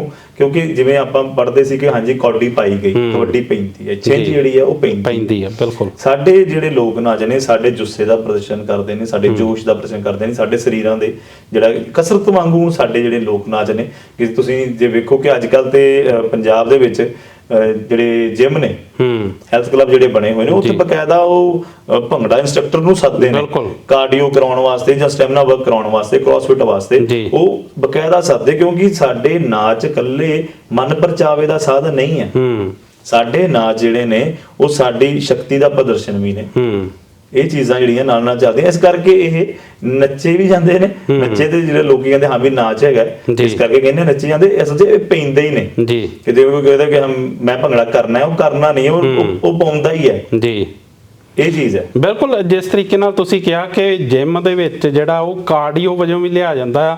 ਮੈਂ ਵੀ 1-2 ਵਾਰ ਕੋਸ਼ਿਸ਼ ਕੀਤੀ ਸੁਰਤਾਲ ਭੰਗੜਾ ਅਕੈਡਮੀ ਜਾ ਕੇ, ਪਰ ਮੈਨੂੰ ਜੋ ਫੀਲ ਹੋਇਆ ਕਿ ਮੇਰੇ ਖਿਆਲ ਜਿਮ ਜਾਣਾ ਸੌਖਾ ਆ, ਕਿਉਂਕਿ ਜਿਹੜਾ ਉਹ 5-7 ਮਿੰਟ ਜੇ ਤੁਸੀਂ ਭੰਗੜਾ ਲਗਾਤਾਰ ਪਾਉਂਦੇ ਹੋ ਤੇ ਜਿਸ ਤਰੀਕੇ ਨਾਲ ਤੁਹਾਡਾ ਸਾਹ ਉਖੜਦਾ ਜਾਂ ਬਹੁਤ ਜ਼ਿਆਦਾ ਸਟੈਮਿਨਾ ਆ, ਉਹ ਭੰਗੜਾ ਪਾਉਣ ਲਈ ਚਾਹੀਦਾ ਆ। ਕਿ ਜਿਸ ਤਰੀਕੇ ਤੁਸੀਂ ਦੱਸਿਆ ਕਿ ਜ਼ੋਰ ਦਾ ਪ੍ਰਤੀਕ ਆ, ਤਾਂ ਬੇਸ਼ੱਕ ਸਾਡੀ ਜਿਹੜੀ ਪੂਰੀ ਬੋਡੀ ਆ, ਸਾਡਾ ਪੂਰਾ ਸਰੀਰ ਆ, ਉਹਦੇ ਵਿੱਚ ਉਹ ਹਿੱਸਾ ਲੈਂਦਾ ਹੈ ਭੰਗੜੇ ਦੇ ਵਿੱਚ। ਜੀ ਬਿਲਕੁਲ, ਕਿਉਂਕਿ ਜਿੱਥੇ ਸਾਡੇ ਕੁਝ ਜਿਹੜੇ ਐਕਸ਼ਨ ਨੇ ਪਰੰਪਰਾਗਤ, ਉਹਨਾਂ ਵਿੱਚ ਸਾਡੀ ਨਜ਼ਾਕਤ ਦਿਸਦੀ ਹੈ ਤੇ ਉਸੇ ਤਰੀਕੇ ਨਾਲ ਸਾਡੇ ਜਿਹੜੇ ਸਟੈਪ ਨੇ ਉਹ ਸਾਡਾ ਜ਼ੋਰ ਜੁੱਸਾ ਜਿਹੜਾ ਹੈ ਉਹਦਾ ਪ੍ਰਦਰਸ਼ਨ ਵੀ ਕਰਦੇ ਨੇ। ਔਰ ਤੁਸੀਂ ਇਹ ਥੋੜਾ ਜਿਹਾ ਇੱਕ ਚੀਜ਼ ਹੋਰ ਦੇਖਿਓ ਜਦੋਂ ਤੁਸੀਂ ਧਿਆਨ ਨਾਲ, ਕਿ ਜਦੋਂ ਅਸੀਂ ਜਿਮ ਜਾਂਦੇ ਆ ਤੇ ਸਾਨੂੰ ਸਾਡੇ ਕੋਚ ਸਿਰਫ ਰੈਪੀਟੇਸ਼ਨ ਲਾਉਣ ਲਈ ਜਾਂ ਸਾਡੇ ਪੋਸਚਰ ਵਾਸਤੇ ਕਹਿੰਦੇ ਨੇ ਕਿ ਤੁਸੀਂ ਇਦਾਂ ਹੱਥ ਕਰੋਗੇ ਤੁਹਾਡੇ ਆਹ ਮਸਲ ਯੂਜ਼ ਹੋਣਗੇ, ਤੁਸੀਂ ਇਦਾਂ ਹੱਥ ਕਰੋਗੇ ਤੁਹਾਡੇ ਆਹ ਮਸਲ ਯੂਜ਼ ਹੋਣਗੇ। ਪਰ ਇੱਥੇ ਕੀ ਹੈ, ਤੁਹਾਡੇ ਜਿੱਥੇ ਸਾਰੇ ਮਸਲ ਯੂਜ਼ ਹੁੰਦੇ ਪਏ ਨੇ, ਨਾਲ ਨਾਲ ਤੁਸੀਂ ਹੱਸਦੇ ਵੀ ਪਏ ਹੋ। ਉਹ ਜਿਹੜਾ ਜ਼ੋਰ ਲਾਉਣਾ ਉਹ ਵਾਲਾ ਤੇ ਨਾਲ ਹਾਸਾ, ਚੜ੍ਹਦੀ ਕਲਾ ਵਾਲੀ ਗੱਲ ਆ ਜਾਂਦੀ ਜਿਹੜੀ ਹੈ ਨਾ, ਬਿਲਕੁਲ ਹਾਂਜੀ, ਉਹਦੇ ਕਰਕੇ ਵੀ ਜਿਹੜੀ ਹੈ ਉਹ ਜ਼ਿਆਦਾ ਐਫਰਟ ਲੱਗਦੀ ਹੈ। ਜੀ ਬਿਲਕੁਲ ਭਾਜੀ, ਜਿੱਦਾਂ ਆਪਾਂ ਕਿਉਂਕਿ ਅੱਜ ਦੇ ਸਮੇਂ ਦੇ ਵਿੱਚ ਮੈਂਟਲ ਹੈਲਥ ਦਾ ਵੀ ਬਹੁਤ ਜ਼ਿਆਦਾ ਇਸ਼ੂ ਆ। ਹਾਲਾਂਕਿ ਕਦੀ ਵੀ ਪੰਜਾਬੀਆਂ ਦੇ ਵਿੱਚ ਪਹਿਲਾਂ ਡਿਪਰੈਸ਼ਨ ਨਾਂ ਦੀ ਗੱਲ ਸੁਣੀ ਨਹੀਂ ਸੀ ਜਾਂਦੀ, ਪਰ ਆ ਜਿਹੜੇ ਪਿਛਲੇ 5-10 ਸਾਲ ਆ, ਚਾਹੇ ਉਹ ਪਤਾ ਨਹੀਂ, ਮੈਨੂੰ ਕਾਰਨ ਨਹੀਂ ਪਤਾ ਕਿ ਸ਼ਾਇਦ ਸਾਡੀ ਲਾਈਫ ਦੇ ਵਿੱਚ ਸਟ੍ਰੈਸ ਵੱਧ ਗਈ ਆ ਜਾਂ ਰਫ਼ਤਾਰ ਵੱਧ ਗਈ ਆ, ਪਰ ਜਿਹੜਾ ਡਿਪਰੈਸ਼ਨ ਆ ਜਾਂ ਮੈਂਟਲ ਹੈਲਥ ਆ, ਇਹ ਵੀ ਸਾਡੇ ਪੰਜਾਬੀਆਂ ਦੇ ਵਿੱਚ ਵੀ ਘਰ ਕਰਨ ਲੱਗ ਪਈ ਆ।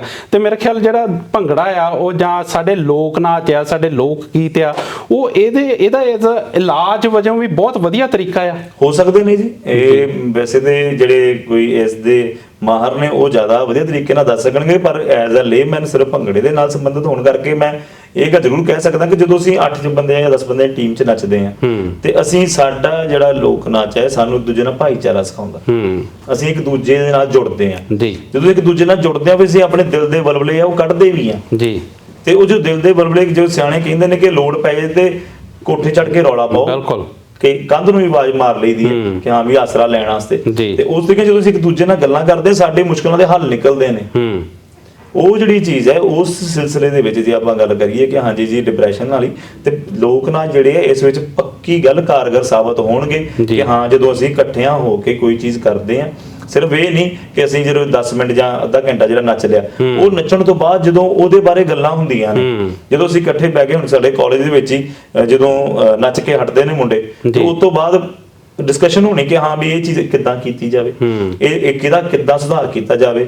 ਫਿਰ ਜਿਹੜੀ ਸਾਡੀ ਡਾਈਟ ਹੈ ਉਹ ਕਿ ਸਾਨੂੰ ਕਾਲਜ ਵੱਲੋਂ ਦੁੱਧ, ਜਾਂ ਸਾਡੇ ਜਿਹੜੇ ਵੀਰ ਬਾਹਰ ਬੈਠੇ ਨੇ ਉਹਨਾਂ ਵੱਲੋਂ ਸਪਾਂਸਰ ਹੋ ਜਾਂਦਾ ਕਈ ਵਾਰੀ, ਕੋਈ ਕਿ ਹਾਂ ਜੀ ਦੇਸੀ ਘਿਓ ਦਾ ਪੀਪਾ ਆ ਗਿਆ ਜੀ ਤੁਹਾਡੇ ਵਾਸਤੇ, ਬਦਾਮ ਆ ਗਏ ਨੇ, ਦੁੱਧ ਦਾ ਖਰਚਾ ਆ ਗਿਆ, ਕੋਈ ਹੋਰ ਕੋਈ ਚੀਜ਼ ਤੁਹਾਨੂੰ ਲੋੜੀਂਦੀ ਹੈ ਸਾਨੂੰ, ਕਿਉਂਕਿ ਭੰਗੜਾ ਪਰਿਵਾਰ ਬਣ ਜਾਂਦਾ।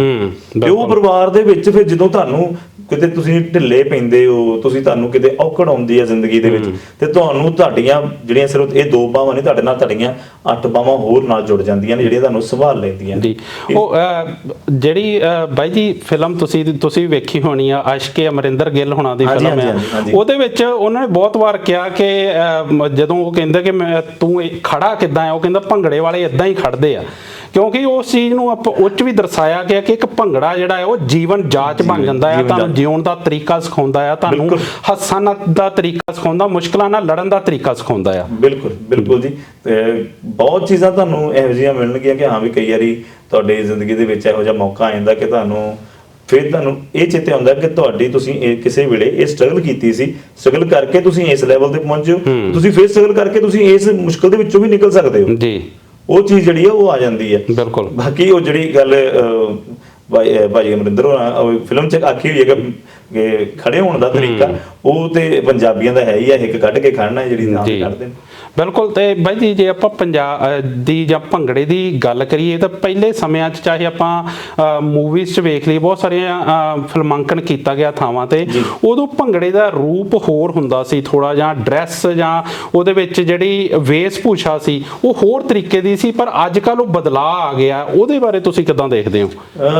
ਬਦਲਾਅ ਜਿਹੜਾ ਇਹ ਜ਼ਿੰਦਗੀ ਦਾ ਇੱਕ ਹਿੱਸਾ ਹੈ ਜੀ, ਪਰ ਉਹ ਜੇ ਨਕਾਰਾਤਮਕ ਨਾ ਹੋਵੇ, ਉਹਦੇ ਨਾਲ ਘੱਟੋ ਘੱਟ ਜਿਹੜੀ ਮੌਲਿਕ ਚੀਜ਼ ਹੈ ਉਹਦੀ ਉਹ ਨਾ ਬਦਲੀ ਜਾਵੇ। ਬਿਲਕੁਲ। ਤੇ ਉਹਨੂੰ ਮੈਂ ਤੇ ਪੋਜ਼ਿਟਿਵ ਮੰਨ ਕੇ ਚੱਲਦਾ ਹਾਂ ਜੀ। ਹਾਂ, ਤੁਸੀਂ ਜਿਹੜਾ ਬੇਸ ਹੈ ਉਸ ਚੀਜ਼ ਦਾ ਉਹਨੂੰ ਤੁਸੀਂ ਰੱਖੋ ਉਹੀ, ਤੇ ਉਹਦੇ ਉੱਤੇ ਤੁਸੀਂ ਕੰਮ ਕਰਕੇ ਤੁਸੀਂ ਕਾਸਟਿਊਮ ਦੀ ਜੇ ਤੁਸੀਂ ਗੱਲ ਕਰਦੇ ਹੋ, ਪਹਿਲਾਂ ਜਿਹੜੀਆਂ ਪੱਗਾਂ ਵੱਜਦੀਆਂ ਸੀ ਭੰਗੜੇ ਜੋ ਲਮਕਵੇਂ ਲੜਾਂ ਵਾਲੀਆਂ ਵੱਜਦੀਆਂ ਸੀ, ਉਹ ਤੋਂ ਬਾਅਦ ਫਿਰ ਜਿਹੜੀਆਂ ਫਰੰਟ ਚਮੜੇ ਜਿਹੜੇ ਜਿਵੇਂ ਉਦਾਂ ਬਣਨੇ ਸ਼ੁਰੂ ਕਰ ਦਿੱਤੇ ਗਏ ਕਿ ਜੱਚਦੇ ਨੇ ਜੀ, ਸੋਹਣੇ ਲੱਗਣ ਲੱਗ ਪਏ ਜੀ। ਕੋਈ ਚੀਜ਼ ਚੇਂਜ ਹੋਣੀ ਔਰ ਹੌਲੀ ਹੌਲੀ ਲੋਕਾਂ ਵੱਲੋਂ ਅਸੈਪਟ ਕਰ ਲੈਣੀ, ਉਸ ਆਪਾਂ ਮੰਨਦੇ ਹਾਂ ਕਿ ਇਹ ਲੋਕ ਕਲਾ ਦਾ ਹਿੱਸਾ ਬਣ ਜਾਂਦੀਆਂ ਨੇ। ਪਰ ਕੋਈ ਚੀਜ਼ ਇੰਨੀ ਜ਼ਿਆਦਾ ਐਡਵਾਂਸ ਕਰ ਦੇਣੀ ਕਿ ਉਹਦਾ ਜਿਹੜਾ ਪਿਛਲਾ ਜਿਹੜਾ ਉਹਦਾ ਬੇਸ ਆ, ਉਹਦੇ ਜੋ ਬੇਸਿਕ ਰੂਪ ਹੈ, ਜੋ ਉਹਦਾ ਮੌਲਿਕ ਰੂਪ ਸੀਗਾ, ਉਹ ਹੀ ਦਿਸ ਨੂੰ ਹਟ ਜਾਵੇ, ਉਹ ਚੀਜ਼ ਮਾੜੀ ਹੈ। ਬਿਲਕੁਲ। ਮੈਂ ਬਹੁਤ ਵਾਰੀ ਮੈਂ ਵੀ ਇਹ ਖੁਦ ਫੀਲ ਕੀਤਾ ਕਿ ਭੰਗੜੇ ਤੁਸੀਂ ਉਸਤਾਦ ਲੋਕ ਹੋ, ਮੈਂ ਤਾਂ ਤੁਹਾਡੇ ਤੋਂ ਦੁਬਾਰਾ ਇਹ ਗੱਲ ਪੁੱਛ ਰਿਹਾ ਕਿ ਜਿਹੜਾ ਭੰਗੜੇ ਦਾ ਮੌਲਿਕ ਰੂਪ ਆ ਉਹਦੇ ਵਿੱਚ ਕਿਤੇ ਨਾ ਕਿਤੇ ਚੇਂਜਿਸ ਲਿਆਂਦੀਆਂ ਜਾ ਰਹੀਆਂ, ਪਤਾ ਨਹੀਂ ਉਹ ਸੁਭਾਵਿਕ ਲਿਆਂਦੀਆਂ ਜਾ ਰਹੀਆਂ ਜਾਂ ਆਪਣੇ ਆਪ ਟਾਈਮ ਦੇ ਨਾਲ ਆ ਰਹੀਆਂ। ਕਿ ਉਹਦਾ ਇੱਕ ਜਿਹੜਾ ਜਿੱਦਾਂ ਤੁਸੀਂ ਕਿਹਾ ਕਿ ਢੋਲ ਤੇ ਨੱਚਿਆ ਜਾਂਦਾ ਹੈ, ਭੰਗੜਾ ਢੋਲ ਤੇ ਪਾਇਆ ਜਾਂਦਾ ਹੈ ਨਾ, ਤੇ ਪਰ ਉਹ ਜਿਸ ਤਰੀਕੇ ਨਾਲ ਹੁਣ ਉਹਦੀ ਇੱਕ ਸਪੀਡ ਵੱਧ ਗਈ ਜਾਂ ਗਾਣਿਆਂ ਤੇ ਜਿਸ ਤਰੀਕੇ ਨਾਲ ਪਾਇਆ ਜਾਂਦਾ, ਉਸ ਤਰੀਕੇ ਨੂੰ ਉਹਨੂੰ ਵੀ ਤੁਸੀਂ ਪੋਜ਼ਿਟਿਵ ਮੰਨਦੇ ਹੋ? ਇਦਾਂ ਹੈ ਜੀ ਕਿ ਹੁਣ ਜਿਵੇਂ ਆਪਾਂ ਆਪਣੇ ਇੱਥੇ ਆਸਟ੍ਰੇਲੀਆ ਦੀ ਗੱਲ ਹੀ ਕਰਦੇ ਹਾਂ, ਮੈਨੂੰ ਇੰਨਾ ਜ਼ਿਆਦਾ ਨਹੀਂ ਪਤਾ, ਪਰ ਹੋ ਸਕਦਾ ਇੱਥੇ ਉਹਨੇ ਡਰਮਰ ਜਾਂ ਢੋਲ ਵਾਦਕ ਨਾ ਹੋਣ ਜਿੰਨੇ ਸਾਡੀਆਂ ਟੀਮਾਂ ਨੂੰ ਲੋੜੀਂਦੇ ਨੇ। ਠੀਕ ਹੈ ਜੀ। ਤੇ ਇਸ ਕਰਕੇ ਉਹਦਾ ਉਹਨਾਂ ਨੇ ਸਬਸਟੀਟਿਊਟ ਲੱਭ ਲਿਆ, ਉਹਨਾਂ ਦੇ ਕੋਚਿਸ ਨੇ, ਕਿ ਆਪਾਂ ਗਾਣੇ ਤੇ ਕਰੀਏ ਜੀ। ਕੋਈ ਵੀ ਡਾਂਸ ਹੈ ਉਹਦੇ ਵਿੱਚ ਉੱਥੋਂ ਦੇ ਧਰਾਤਲ ਦਾ ਬੜਾ ਯੋਗਦਾਨ ਹੈ ਕਿ ਤੁਸੀਂ ਤੁਹਾਡੀ ਜੀਵਨ ਜਾਂਚ ਕਿੱਦਾਂ ਦੀ ਜੀ, ਕਿ ਤੁਸੀਂ ਕਿੱਦਾਂ ਦੇ ਮੌਸਮ 'ਚ ਰਹਿੰਦੇ ਹੋ, ਤੁਸੀਂ ਕਿੱਦਾਂ ਦਾ ਖਾਂਦੇ ਪੀਂਦੇ ਹੋ, ਕਿੱਦਾਂ ਦੇ ਤੁਹਾਡੇ ਰਹਿਣ ਸਹਿਣ ਹੈ, ਉਹ ਚੀਜ਼ਾਂ ਜਿਹੜੀਆਂ ਨੇ ਉਹ ਹਰ ਇੱਕ ਚੀਜ਼ 'ਚ ਜੁੜਦੀਆਂ ਨੇ। ਉਸੇ ਤਰੀਕੇ ਨਾਲ ਜਿਵੇਂ ਬਾਹਰ ਆ ਕੇ ਫੋਰਨ ਦੇ ਵਿੱਚ ਆ ਕੇ ਜ਼ਿੰਦਗੀ ਤੇਜ਼ ਹੋਊਗੀ, ਹਰ ਕਿਸੇ ਨੂੰ ਕਾਹਲੀ ਹੈ ਜੀ, ਉਸੇ ਤਰੀਕੇ ਨਾਲ ਭੰਗੜੇ ਨੂੰ ਵੀ ਕਾਹਲੀ ਪਾਤੀ ਮੈਨੂੰ ਜੋ ਲੱਗਦਾ ਕਿ ਹਾਂ ਵੀ ਗਾਣੇ ਨੇ, ਫਿਰ ਗਾਣੇ ਵਾਲਿਆਂ ਨੇ ਆਪਣਾ ਗਾਣੇ ਦੀ ਜੋ ਰਿਦਮ ਟੈਂਪੋ ਜਿਹੜਾ ਆ ਉਹ ਉਹਨਾਂ ਨੇ ਸੈੱਟ ਕੀਤੀ ਹੋਈ, ਉਹਨਾਂ ਦੇ ਗਾਣਾ ਵੇਚਣ ਦੇ ਤੌਰ ਤੇ ਆਪਾਂ ਉਹਦੇ ਭੰਗੜਾ ਫਿੱਟ ਕਰਦੇ ਪਏ ਆ। ਬਿਲਕੁਲ। ਪਰ ਉਹਦੇ ਨਾਲ ਕਿਤੇ ਨਾ ਕਿਤੇ ਜਿਹੜੀ ਉਹਦੀ ਓਰੀਜਨੈਲਿਟੀ ਆ ਉਹ ਪਿੱਛੇ ਰਹਿ ਜਾਂਦੀ ਹੈ। ਹਾਂ, ਭੰਗੜੇ ਦੀ ਤੇ ਪਿੱਛੇ ਰਹਿ ਜਾਂਦੀ ਬਿਲਕੁਲ, ਕਿਉਂਕਿ ਕ੍ਰੀਏਟੀਵਿਟੀ ਉਹ ਇੰਨੀ ਜ਼ਿਆਦਾ ਹਾਵੀ ਹੋ ਜਾਂਦੀ ਹੈ, ਦੌੜ ਭੱਜ ਇੰਨੀ ਹਾਵੀ ਹੋ ਜਾਂਦੀ। ਤੁਸੀਂ ਕਈ ਵਾਰੀ ਤੇ ਤੁਸੀਂ ਟੀਵੀ ਤੇ ਵੇਖੋ, ਤੁਹਾਨੂੰ ਬੱਚਿਆਂ ਦੇ ਚਿਹਰੇ ਨਹੀਂ ਵੇਖਣ ਨੂੰ ਮਿਲਦੇ, ਇੰਨੀ ਤੇਜ਼ ਫਾਰਮੇਸ਼ਨ ਜਿਹੜੀਆਂ ਨੇ ਚੇਂਜ ਹੁੰਦੀਆਂ ਨੇ, ਉਹ ਬੱਚੇ ਭੱਜੇ ਫਿਰਦੇ ਨੇ ਜੀ। ਉਹ ਜਿਹੜੀਆਂ ਚੀਜ਼ਾਂ ਨੇ ਉਹਦੇ ਨਾਲ ਕਿ ਹਾਂ ਤੁਸੀਂ ਟਿਕਾ ਕੇ ਥੋੜਾ ਜਿਹਾ ਤੁਸੀਂ ਤੇਜ਼ ਸਟੈਪ ਵੀ ਭੰਗੜੇ 'ਚ ਹੈਗੇ ਨੇ, ਇਹ ਨਹੀਂ ਕਿ ਭੰਗੜਾ ਬਿਲਕੁਲ ਹੀ ਠੰਡਾ ਨਾਚ ਹੈ। ਭੰਗੜੇ ਦਾ ਜੋਸ਼, ਭੰਗੜੇ ਦਾ ਜਿਹੜਾ ਸਪੀਡ, ਭੰਗੜੇ ਜਿੰਨਾ ਜੋਸ਼ੀਲਾ ਨਾਚ ਹੀ ਕੋਈ ਨਹੀਂ ਹੈਗਾ ਜੀ। ਬਿਲਕੁਲ। ਤੇ ਤੁਸੀਂ ਉਹ ਜਿਹੜੀ ਚੀਜ਼ਾਂ ਨੇ ਤੁਸੀਂ ਘੱਟੋ ਘੱਟ ਬੱਚੇ ਨੂੰ ਖਿਲਾਰ ਕੇ, ਜੇ ਥੱਲੇ ਸਮਝੋ ਬੱਚੇ ਦੇ ਪੇਰੈਂਟਸ ਹੀ ਗਏ ਹੋਏ ਨੇ ਤਾਂ ਉਹਨਾਂ ਤੋਂ ਲੱਗਣਾ ਕਿ ਮੇਰਾ ਬੱਚਾ ਭੱਜਾ ਫਿਰਦਾ ਸਟੇਜ ਉੱਤੇ, ਘੱਟੋ ਘੱਟ ਉਹਨੂੰ ਵਿਖੇ, ਉਹ ਜੋ ਦਿਖਾਉਣਾ ਚਾਹੁੰਦੇ ਨੇ ਉਹ ਦਿਖਾਉਣ, ਫਿਰ ਚੇਂਜ ਵੀ ਕਰੋ ਵਿੱਚੋਂ ਤੁਸੀਂ, ਕੋਈ ਇਸ਼ੂ ਨਹੀਂਗਾ ਜੀ। ਬਾਕੀ ਇਹ ਹੈ ਕਿ ਮੈਨੂੰ ਜਿਹੜੀਆਂ ਚੀਜ਼ਾਂ ਇਹ ਹੈਗੀਆਂ ਨੇ, ਇਹ ਜਿੱਦਾਂ ਮੈਂ ਆਪਣੇ ਉਸਤਾਦ ਜੀ ਨਾਲ ਬੈਠਦਾ ਹੁੰਦਾ ਸੀ ਤੇ ਇਹਦੇ ਬਾਰੇ ਇਹ ਗੱਲਾਂ ਹੁੰਦੀਆਂ ਸੀ, ਤੇ ਉਹ ਜੋ ਉਹਨਾਂ ਦੇ ਵਿਚਾਰ ਸੀ, ਸਾਡੀ ਫਿਰ ਡਿਸਕਸ਼ਨ ਇਸ ਮੁੱਦੇ ਤੇ ਹੁੰਦੀ ਸੀ ਕਿ ਹਾਂਜੀ ਉੱਥੇ ਇਦਾਂ ਆ ਭਾਜੀ, ਇਹ ਭਾਜੀ ਕਹਿੰਦੇ ਜਾਂ ਸਰ ਉਹਨਾਂ ਨੂੰ, ਤੇ ਉਹ ਕਿ ਆਹ ਚੀਜ਼ ਉੱਥੇ ਇਦਾਂ ਹੈ, ਇੱਥੇ ਇਦਾਂ, ਫਿਰ ਇਹ ਚੀਜ਼ਾਂ ਨਿਕਲ ਕੇ ਸਾਹਮਣੇ ਆਉਂਦੀਆਂ, ਕਿਉਂਕਿ ਉਹ ਬਿਲਕੁਲ ਹੀ ਜੋ ਕਹੋ ਤੁਸੀਂ ਕਿ ਪੁਰਾਣੀ ਸੋਚਦੇ ਨਹੀਂ ਸੀਗੇ ਜੀ। ਉਹ ਆਪ ਨੱਚਦੇ ਰਹੇ, ਉਸ ਤੋਂ ਬਾਅਦ ਉਹ ਲਾਇਰਪੁਰ ਖਾਲਸਾ ਕਾਲਜ ਜਲੰਧਰ ਵਿੱਚ ਕਰਾਉਂਦੇ ਵੀ ਰਹੇ ਜੀ। ਠੀਕ ਹੈ ਜੀ। ਉਹਨਾਂ ਨੇ ਇੱਕ ਜਿਹੜਾ ਆ ਇੱਕ ਜ਼ਿੰਦਗੀ ਜਿਹੜੀ ਆ ਉਹ ਭੰਗੜੇ ਦੇ ਨਾਲ ਜੀ, ਲਗਭਗ 50 ਸਾਲ ਉਹ ਭੰਗੜੇ ਨਾਲ ਜੁੜੇ ਰਹੇ ਜੀ। ਜੋ ਜਿਹਨਾਂ ਉਹਨਾਂ ਜਦੋਂ 50 ਸਾਲ ਉਹਨਾਂ ਦੇ ਹੁੰਦੇ ਨੇ ਜਿਹੜੇ ਸਾਲ, ਤੇ ਸੁਰਤਾਲ ਜਲੰਧਰ ਵੱਲੋਂ ਉਹਨਾਂ ਨੂੰ ਇੱਕ ਸਾਡਾ ਯਾਦਗਾਰੀ ਪ੍ਰੋਗਰਾਮ ਹੋਇਆ ਸੀਗਾ, ਅਸੀਂ ਉਹਦੇ ਵਿੱਚ ਉਹਨਾਂ ਦੇ ਜਿੰਨੇ ਉਹਨਾਂ ਦੇ ਨਾਲ ਸਾਥੀ ਸੀ ਉਹਨਾਂ ਦੇ ਵੀ ਉੱਥੇ ਵੀਡੀਓ ਕਲਿੱਪਸ ਵਗੈਰਾ ਚਲਾਈਆਂ ਸੀਗੀਆਂ, ਤੇ ਉਹ ਜਿਹੜੀਆਂ ਚੀਜ਼ਾਂ ਨੇ ਇਹ ਉਹਨਾਂ ਨਾਲ ਬਹਿ ਕੇ ਕਿ ਹਾਂ ਵੀ ਇਹ ਕਿੱਦਾਂ, ਕਿਉਂਕਿ ਅਸੀਂ ਤੇ ਥੋੜਾ ਵੇਖਿਆ ਜੀ। ਠੀਕ ਹੈ। ਮੈਨੂੰ ਲਾ ਲਓ ਤੁਸੀਂ ਲਗਭਗ 20 ਸਾਲ 22 ਸਾਲ ਹੋਏ ਜੁੜਿਆਂ ਨੂੰ, ਤੇ ਉਹਨਾਂ ਦੇ 50 ਸਾਲ ਦਾ ਐਕਸਪੀਰੀਅੰਸ ਸੀ, ਉਹਨਾਂ ਨੇ ਬਹੁਤ ਚੀਜ਼ਾਂ ਵੇਖੀਆਂ, ਅਮਰੀਕਾ, ਇੰਗਲੈਂਡ, ਕੈਨੇਡਾ, ਹੋਰ ਕਈ ਦੇਸ਼ਾਂ 'ਚ ਘੁੰਮੇ, ਉਹਨਾਂ ਕੋਲ ਬਾਹਰਲੇ ਦੇਸ਼ਾਂ ਤੋਂ ਲੋਕੀ PhD ਕਰਨ ਵੀ ਆਉਂਦੇ ਹੁੰਦੇ ਸੀ ਭੰਗੜੇ ਦੇ ਉੱਤੇ। ਤੇ ਉਦੋਂ ਇਹ ਚੀਜ਼ਾਂ ਜਿਹੜੀਆਂ ਸੀਗੀਆਂ ਫਿਰ ਉਹਨਾਂ ਨਾਲ ਸਾਂਝੀਆਂ ਹੋਣੀਆਂ ਕਿ ਹਾਂ ਵੀ ਇਹ ਕਿੱਦਾਂ। ਫਿਰ ਇਹ ਚੀਜ਼ਾਂ ਸਾਹਮਣੇ ਆਈਆਂ ਕਿ ਜਿਹੜਾ ਨਾਚ ਹੈ ਉਹ ਗਾਣਿਆਂ ਦੇ ਉੱਤੇ ਫਿੱਟ ਕੀਤਾ ਜਾਣ ਡਿਆ ਜੀ, ਜਦ ਕਿ ਇਹ ਸਿੱਖਿਆ ਹੋਣਾ ਚਾਹੀਦਾ।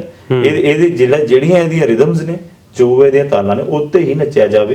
ਹਾਂ ਤੁਹਾਡੇ ਕੋਲ ਨਹੀਂ ਅਵੇਲੇਬਿਲਿਟੀ ਹੈਗੀ ਪਰ ਤੁਸੀਂ ਉਹਦਾ ਰੂਪ ਰੰਗ ਨਾ ਵਿਗਾੜ ਦਿਓ, ਉਹਨੂੰ ਚਲਾਓ ਉਸੇ ਤਰੀਕੇ ਨਾਲ ਜਿੱਦਾਂ ਉਹ ਸੱਚ ਹੈ। ਬਿਲਕੁਲ ਬਾਈ ਜੀ, ਜਦੋਂ ਇੱਕ ਸਾਡਾ ਲੋਕ ਨਾਚ, ਜਦੋਂ ਉਹਨੂੰ ਲੋਕ ਨਾਚ ਜਾਂ ਲੋਕ ਗੀਤ ਕਿਹਾ ਜਾਂਦਾ, ਉਹ ਇੱਕ ਇਤਿਹਾਸ ਨਾਲ ਜੁੜਿਆ ਹੁੰਦਾ ਤੇ ਜਦੋਂ ਉਹਦੀ ਬਣਤਰ ਚੇਂਜ ਹੁੰਦੀ ਆ, ਉਹ ਇੱਕ ਕੌਮ ਲਈ ਉਹ ਬਹੁਤ ਔਖੀ ਗੱਲ ਜਾਂ ਮੰਦਭਾਗੀ ਗੱਲ ਹੋ ਜਾਂਦੀ ਆ। ਜੀ ਬਿਲਕੁਲ। ਇਸ ਕਰਕੇ ਜਿਹੜਾ ਇਹ ਸੁਰਤਾਲ ਬ੍ਰਿਸਬੇਨ ਜੇ ਭੰਗੜੇ ਦੇ ਜਿਹੜੇ ਬੇਸਿਕ ਸਟੈਪਸ ਨੇ, ਭੰਗੜੇ ਦੇ ਜਿਹੜੀਆਂ ਬੇਸਿਕ ਰਿਦਮਾਂ ਨੇ, ਉਹਨਾਂ ਦੇ ਨਾਲ ਚੱਲ ਕੇ ਹੀ ਬੱਚਿਆਂ ਨੂੰ ਸਿਖਾਉਂਦੇ ਪਏ ਨੇ। ਔਰ ਨਾਲ ਦੇ ਨਾਲ ਉਹਨਾਂ ਨੂੰ ਉਹ ਫਿਰ ਉਹ ਜਿਹੜੇ ਸਟੈਪ ਨੇ ਉਹਨਾਂ ਨੂੰ ਇਹ ਨਾ ਲੱਗੇ ਸੀ ਦੂਜੇ ਤੋਂ ਪਿੱਛੇ ਰਹਿ ਗਏ, ਉਹ ਜਿਹੜੇ ਸਟੈਪ ਨੇ ਢੋਲ ਦੇ ਕੀਤੇ ਗਏ, ਉਹਨਾਂ ਬਾਰੇ ਜਾਣਕਾਰੀ ਪ੍ਰੋਪਰ ਦੇ ਕੇ ਉਹਨੂੰ ਫਿਰ ਕਿ ਗਾਣੇ ਦੇ ਕੇ ਆਪਾਂ ਕਿੱਦਾਂ ਢਾਲ ਸਕਦੇ ਹਾਂ, ਪਰ ਉਹਦੀ ਜਿਹੜੀ ਮੌਲਿਕ ਰੂਪ ਹੈ ਉਸ ਸਟੈਪ ਦਾ ਉਹ ਨਾ ਖਰਾਬ, ਉਹ ਕਾਇਮ ਰਹਿੰਦਾ ਹੈ, ਉਹ ਕਾਇਮ ਰੱਖੇ। ਬਿਲਕੁਲ। ਤੇ ਜੇ ਇਸ ਤੋਂ ਅੱਗੇ ਚੱਲਾਂ ਬਾਈ ਜੀ, ਤੇ ਅੱਜ ਕੱਲ ਭੰਗੜੇ ਤੇ ਵੀ ਬਹੁਤ ਸਾਰੀਆਂ ਉਂਗਲਾਂ ਉੱਠਣ ਲੱਗ ਪਈਆਂ। ਜੇ ਮੈਂ ਸਿੱਧੇ ਸ਼ਬਦਾਂ 'ਚ ਕਹਾਂ ਤਾਂ ਇਹਨੂੰ ਨਸ਼ੇ ਨਾਲ ਵੀ ਜੋੜ ਕੇ ਵੇਖਿਆ ਜਾ ਰਿਹਾ ਕਿ ਬਹੁਤ ਵਾਰੀ ਕਿਹਾ ਜਾਂਦਾ ਕਿ ਜਿਹੜੇ ਭੰਗੜਾ ਪਾਉਂਦੇ ਆ ਜਾਂ ਟੀਮਾਂ ਆ ਜੇ ਉਹ ਨਸ਼ਾ ਕਰਕੇ ਚੜ੍ਹਦੀਆਂ ਸਟੇਜਾਂ ਤੇ। ਤੁਸੀਂ ਇਸ ਚੀਜ਼ ਨੂੰ ਕਿੱਦਾਂ ਦੇਖਦੇ ਹੋ? ਮੈਂ ਜਿਹੜੇ ਬੰਦੇ ਗੱਲ ਕਰਨਾ ਕਹਿੰਦੇ ਨੇ, ਮੈਂ ਇੰਡਸ ਟੀਵੀ ਦੇ ਮਾਧਿਅਮ ਰਾਹੀਂ ਉਹਨਾਂ ਦੀ ਜਾਣਕਾਰੀ 'ਚ ਵਾਧਾ ਕਰਨਾ ਚਾਹਾਂਗਾ ਕਿ ਜਿਹੜੇ ਭੰਗੜੇ ਵਾਲੇ ਆ ਜੀ, ਉਹ ਬਕਾਇਦਾ ਆਪਣੀ ਸਟੇਜ ਨੂੰ, ਆਪਣੇ ਉਸਤਾਦਾਂ ਨੂੰ, ਆਪਣੇ ਸਾਜ਼ ਨੂੰ ਪੂਜਦੇ ਨੇ, ਮੱਥਾ ਟੇਕ ਕੇ, ਬਿਲਕੁਲ ਮੱਥਾ ਟੇਕ ਕੇ ਚੜ੍ਹਦੇ ਨੇ। ਤੇ ਇਹੋ ਜੀ ਕੋਈ ਚੀਜ਼ ਨਹੀਂ ਹੈ ਕਿ ਹਾਂਜੀ ਉਹ ਨਸ਼ੇ ਵਾਲੀ ਜਿਹੜੀ ਕਰਕੇ ਚੜ੍ਹਦੇ। ਉਹਨਾਂ ਨੂੰ ਜੇ ਨਸ਼ਾ ਹੁੰਦਾ ਜਾਂ ਖੁਮਾਰੀ ਕੋਈ ਹੁੰਦੀ ਹੈ ਤੇ ਉਹ ਆਪਣੀ ਰਿਦਮ ਦੀ ਹੁੰਦੀ ਹੈ, ਆਪਣੇ ਭੰਗੜੇ ਦੀ ਹੁੰਦੀ ਹੈ ਕਿ ਅਸੀਂ ਨੱਚਦੇ ਪਏ ਹਾਂ। ਕਿਉਂਕਿ ਤੁਸੀਂ ਜੇਕਰ ਕਿਸੇ ਯੂਥ ਫੈਸਟੀਵਲ ਦੇ ਟਾਈਮ ਦੇ ਉੱਤੇ ਕਿਸੇ ਵੀ ਕਾਲਜ ਦੇ ਵਿੱਚ ਜਿਹੜੇ ਚੰਗੇ ਉਸਤਾਦ ਕੋ ਸਿੱਖਦੇ ਪਏ ਨੇ, ਉੱਥੇ ਜਾਓ, ਤੁਹਾਨੂੰ ਵੇਖਣ ਨੂੰ ਮਿਲੇਗੀ ਇਹ ਚੀਜ਼ ਕਿ ਬੱਚਿਆਂ ਦੀ ਖੁਰਾਕ ਦਾ ਧਿਆਨ ਰੱਖਿਆ ਜਾਂਦਾ ਕਿ ਕੀ ਖਾਂਦੇ ਨੇ, ਉਹਨਾਂ ਨੂੰ ਖਵਾਈ ਜਾਂਦੀ ਹੈ, ਬਕਾਇਦਾ ਪਹਿਲਵਾਨਾਂ ਵਾਂਗ ਉਹਨਾਂ ਦੀ ਵਰਜਿਸ਼ ਕਰਾਈ ਜਾਂਦੀ ਹੈ ਤਾਂ ਕਿ ਉਹ ਸਟੇਜ ਦੇ ਉੱਤੇ ਜਾ ਕੇ ਵਧੀਆ ਪਰਫਾਰਮ ਕਰ ਸਕਣ। ਔਰ ਉਸ ਤੋਂ ਇਲਾਵਾ ਮੈਂ ਆਪਣੀ ਟੀਮ ਦੀ ਗੱਲ ਕਰਦਾ ਹਾਂ ਕਿ ਹਰ ਵਾਰ ਜਦੋਂ ਸਟੇਜ ਦੇ ਉੱਤੇ ਰਿਹਰਸਲ ਸਾਡੀਆਂ ਚੱਲਦੀਆਂ ਨੇ ਤੇ ਵਾਹਿਗੁਰੂ ਦਾ ਨਾਮ ਧਿਆ ਕੇ ਅਰਦਾਸ ਕਰਕੇ ਫਿਰ ਰਿਹਰਸਲ ਸ਼ੁਰੂ ਕੀਤੀ ਜਾਂਦੀ ਹੈ, ਕਿਉਂਕਿ ਕੋਈ ਵੀ ਕੰਮ ਜਿਹੜਾ ਉਹ ਸਾਰਥਕ ਨਹੀਂ ਹੁੰਦਾ ਜਿੰਨੀ ਦੇਰ ਤੱਕ ਉਹਦੀ ਨਜ਼ਰ ਨਹੀਂ ਹੁੰਦੀ। ਇਸ ਕਰਕੇ ਉਹਦੀ ਬਖਸ਼ਿਸ਼ ਬਹੁਤ ਜ਼ਰੂਰੀ ਹੈ। ਇਹ ਗੱਲ ਬਿਲਕੁਲ ਝੂਠ ਹੈ ਕਿ ਕੋਈ ਵੀ ਨਸ਼ਾ ਕਰਕੇ ਭੰਗੜਾ ਪਾਏਗਾ, ਉਹ ਖਾਸ ਕਰ ਭੰਗੜੇ ਵਾਲਾ ਤਾਂ ਨਹੀਂ ਹੋਏਗਾ। ਉਦਾਂ ਭਾਵੇਂ ਜਿਹੜਾ ਮਰਜ਼ੀ ਸਟੇਜ ਤੇ ਚੜ੍ਹ ਜਾਵੇ ਤੇ ਜਾ ਕੇ ਆਪਣਾ ਝੱਸ ਪੂਰਾ ਕਰ ਲੇ, ਪਰ ਜਿਹੜੇ ਭੰਗੜੇ ਨੂੰ ਸਮਝਦੇ ਨੇ, ਭੰਗੜੇ ਨੂੰ ਨੱਚਦੇ ਨੇ, ਭੰਗੜੇ ਦੇ ਨਾਲ ਜਿਉਂਦੇ ਪਏ ਨੇ, ਉਹ ਬੰਦੇ ਜਿਹੜੇ ਨੇ ਉਹ ਭੰਗੜੇ ਦੀ ਕਦਰ ਕਰਦੇ ਨੇ, ਉਹਦੀ ਇੱਜ਼ਤ ਕਰਦੇ ਨੇ। ਜੀ ਬਿਲਕੁਲ। ਮੇਰੇ ਖਿਆਲ ਇਹ ਤੋਂ ਭਾਜੀ ਉਹਨਾਂ ਦੀ ਗੱਲਾਂ ਤੋਂ ਬਹੁਤ ਸਾਰਾ ਚੀਜ਼ਾਂ ਜਿਹੜੀਆਂ ਉਹ ਕਲੀਅਰ ਹੋ ਗਈਆਂ ਹੋਣਗੀਆਂ, ਕਿਉਂਕਿ ਬਹੁਤ ਵਾਰੀ ਇਹ ਗੱਲਾਂ ਕੀਤੀਆਂ ਜਾਂਦੀਆਂ ਕਿ ਇਹਨੂੰ ਨਸ਼ੇ ਨਾਲ ਜੋੜਿਆ ਜਾਂਦਾ ਕਿ ਨਹੀਂ ਜੀ ਇਹ ਪੀ ਕੇ ਜਾਂ ਨਸ਼ਾ ਕਰਕੇ ਸਟੇਜਾਂ ਤੇ ਚੜ੍ਹਦੇ। ਮੇਰੇ ਖਿਆਲ ਭੰਗੜੇ ਦਾ ਸਰੂਰ ਹੀ ਇੰਨਾ ਹੁੰਦਾ ਆ, ਜਿਹੜਾ ਪਾਉਂਦਾ ਆ, ਜਿਹੜਾ ਉਸ ਭੰਗੜੇ ਨੂੰ ਜਿਉ ਰਿਹਾ ਹੈ, ਜਿਹਨੇ ਉਹਨੂੰ ਜੀਵਨ ਜਾਚ ਬਣਾਇਆ ਹੋਇਆ, ਉਹ ਹੀ ਜਾਣਦਾ ਕਿ ਉਹਦਾ ਭੰਗੜੇ ਦਾ ਹੀ ਨਸ਼ਾ ਕਿੰਨਾ ਕੁ ਹੁੰਦਾ ਕਿ ਉਹਨੂੰ ਹੋਰ ਕਿਸੇ ਨਸ਼ੇ ਦੀ ਲੋੜ ਹੀ ਨਹੀਂ ਪੈਂਦੀ, ਉਹ ਉਸ ਸਰੂਰ 'ਚ ਹੀ ਨੱਚਦਾ ਹੁੰਦਾ। ਤੇ ਬਾਈ ਜੀ ਇਸ ਤੋਂ ਬਾਅਦ ਮੈਂ ਗੱਲ ਕਰਾਂ ਇੱਥੋਂ ਦੀ ਵਰਕਸ਼ਾਪ ਦੀ, ਤਾਂ ਜਦੋਂ ਮੈਂ ਉਸ ਦਿਨ ਗਿਆ, ਜਿੱਦਾਂ ਆਪਾਂ ਪਹਿਲਾਂ ਵੀ ਗੱਲ ਕੀਤੀ ਕਿ ਉਹ ਜਿਹੜੀ ਰੌਣਕ ਸੀਗੀ, ਉਹ ਚਾਹੇ ਉਹ ਬਜ਼ੁਰਗਾਂ ਦੇ ਚਿਹਰੇ ਤੇ, ਚਾਹੇ ਸਭ ਤੋਂ ਜ਼ਿਆਦਾ ਖੁਸ਼ੀ ਹੋਈ ਮੈਂ ਜਦੋਂ ਵੇਖਿਆ ਕਿ ਸਭ ਤੋਂ ਮੁੱਢਲੀ ਜਿਹੜੀ ਕਤਾਰ ਹੈ ਉਹ ਸਾਡੇ ਜਿਹੜੇ ਨਿੱਕੇ ਨਿੱਕੇ ਬੱਚੇ ਆ, ਉਹਨਾਂ ਬੈਠ ਕੇ ਤੇ ਬੜੇ ਰੋਮਾਂਚ ਨਾਲ, ਬੜੇ ਐਕਸਾਈਟਿਡ ਹੋ ਕੇ ਉਹ ਸਾਰਾ ਕੁਝ ਦੇਖਿਆ ਜੋ ਕੁਝ ਤੁਸੀਂ ਸਿਖਾ ਰਹੇ ਸੀ, ਵੀਡੀਓ ਦਿਖਾ ਰਹੇ ਸੀ, ਉਹ ਵੇਖ ਕੇ ਬਹੁਤ ਜ਼ਿਆਦਾ ਚੰਗਾ ਲੱਗਾ। ਪਰ ਤਾਂ ਮੈਂ ਤੁਹਾਡਾ ਇੱਥੇ ਓਪੀਨੀਅਨ ਜ਼ਰੂਰ ਜਾਣਨਾ ਚਾਹੂੰਗਾ ਕਿ ਜਦੋਂ ਤੁਸੀਂ ਇਹ ਸਾਰਾ ਕੁਝ ਸੋਚ ਰਹੇ ਸੀ, ਇਹਦੇ ਬਾਰੇ ਪਲੈਨਿੰਗ ਕਰ ਰਹੇ ਸੀ, ਤੁਹਾਨੂੰ ਲੱਗਦਾ ਸੀ ਕਿ ਇਹ ਇੰਨਾ ਸੌਖਾ ਹੋਊਗਾ? ਕਿਉਂਕਿ ਬਾਹਰ ਜਦੋਂ ਆਉਂਦੇ ਆ ਤਾਂ ਸਾਡੇ ਬੱਚੇ ਕਿਤੇ ਨਾ ਕਿਤੇ ਪੰਜਾਬੀ ਨਾਲੋਂ ਟੁੱਟ ਜਾਂਦੇ ਆ, ਤੇ ਤੁਹਾਨੂੰ ਉਹ ਸਾਰਾ ਕੁਝ ਦੇਖ ਕੇ ਕਿੱਦਾਂ ਦਾ ਲੱਗਾ ਜੋ ਕੁਝ ਉਦੋਂ ਜਿੱਦਾਂ ਬੱਚਿਆਂ ਨੇ ਉਹਦੇ ਵਿੱਚ ਸ਼ਮੂਲੀਅਤ ਕੀਤੀ? ਉਹ ਜਿੱਥੇ ਕਰਦੇ ਆ ਆਪਾਂ ਗੱਲ ਕਿ ਲੈਂਗੁਏਜ ਬੈਰੀਅਰ ਦੀ, ਉੱਥੇ ਤੇ ਮੈਂ ਜਿੰਨੇ ਮਾਪੇ ਜਿਨ੍ਹਾਂ ਦੇ ਬੱਚੇ ਉੱਥੇ ਆਏ ਹੋਏ ਸੀ, ਜਿੰਨੇ ਜਾਂ ਪੇਰੈਂਟਸ ਜਿੰਨੇ ਵੀ ਆਏ ਸੀ, ਉਹ ਸਾਰੇ ਵਧਾਈ ਦੇ ਪਾਤਰ ਨੇ। ਔਰ ਬਹੁਤ ਮੈਂ ਧੰਨਵਾਦੀ ਹਾਂ ਉਹਨਾਂ ਸਾਰਿਆਂ ਦਾ ਕਿ ਉਹਨਾਂ ਨੇ ਆਪਣੇ ਬੱਚਿਆਂ ਨੂੰ ਭਾਵੇਂ ਸਕੂਲ ਵਿੱਚ ਨਾ ਸੀ ਪਰ ਘਰ ਵਿੱਚ ਰਹਿ ਕੇ ਵੀ ਉਹਨਾਂ ਨੇ ਆਪਣੇ ਬੱਚਿਆਂ ਨੂੰ ਸਿਖਾਇਆ ਤੇ ਉਹਨਾਂ ਬੱਚਿਆਂ ਨੂੰ ਉਹਨਾਂ ਨਾਲ ਪੰਜਾਬੀ 'ਚ ਗੱਲਾਂ ਕੀਤੀਆਂ ਹੋਈਆਂ ਨੇ ਤਾਂ ਕਿ ਉਹਨਾਂ ਨੂੰ, ਸਾਨੂੰ ਇੱਥੋਂ ਜੇ ਆਪਾਂ ਕੋਈ ਪੰਜਾਬੀ ਭਾਸ਼ਾ 'ਚ ਕੋਈ ਉਹਨਾਂ ਦਾ ਗੱਲ ਪਹੁੰਚਾਉਣੀ ਚਾਹੁੰਦੇ ਤਾਂ ਉਹਨਾਂ ਨੂੰ ਕੋਈ ਔਕੜ ਨਹੀਂ ਆਉਂਦੀ। ਬਿਲਕੁਲ।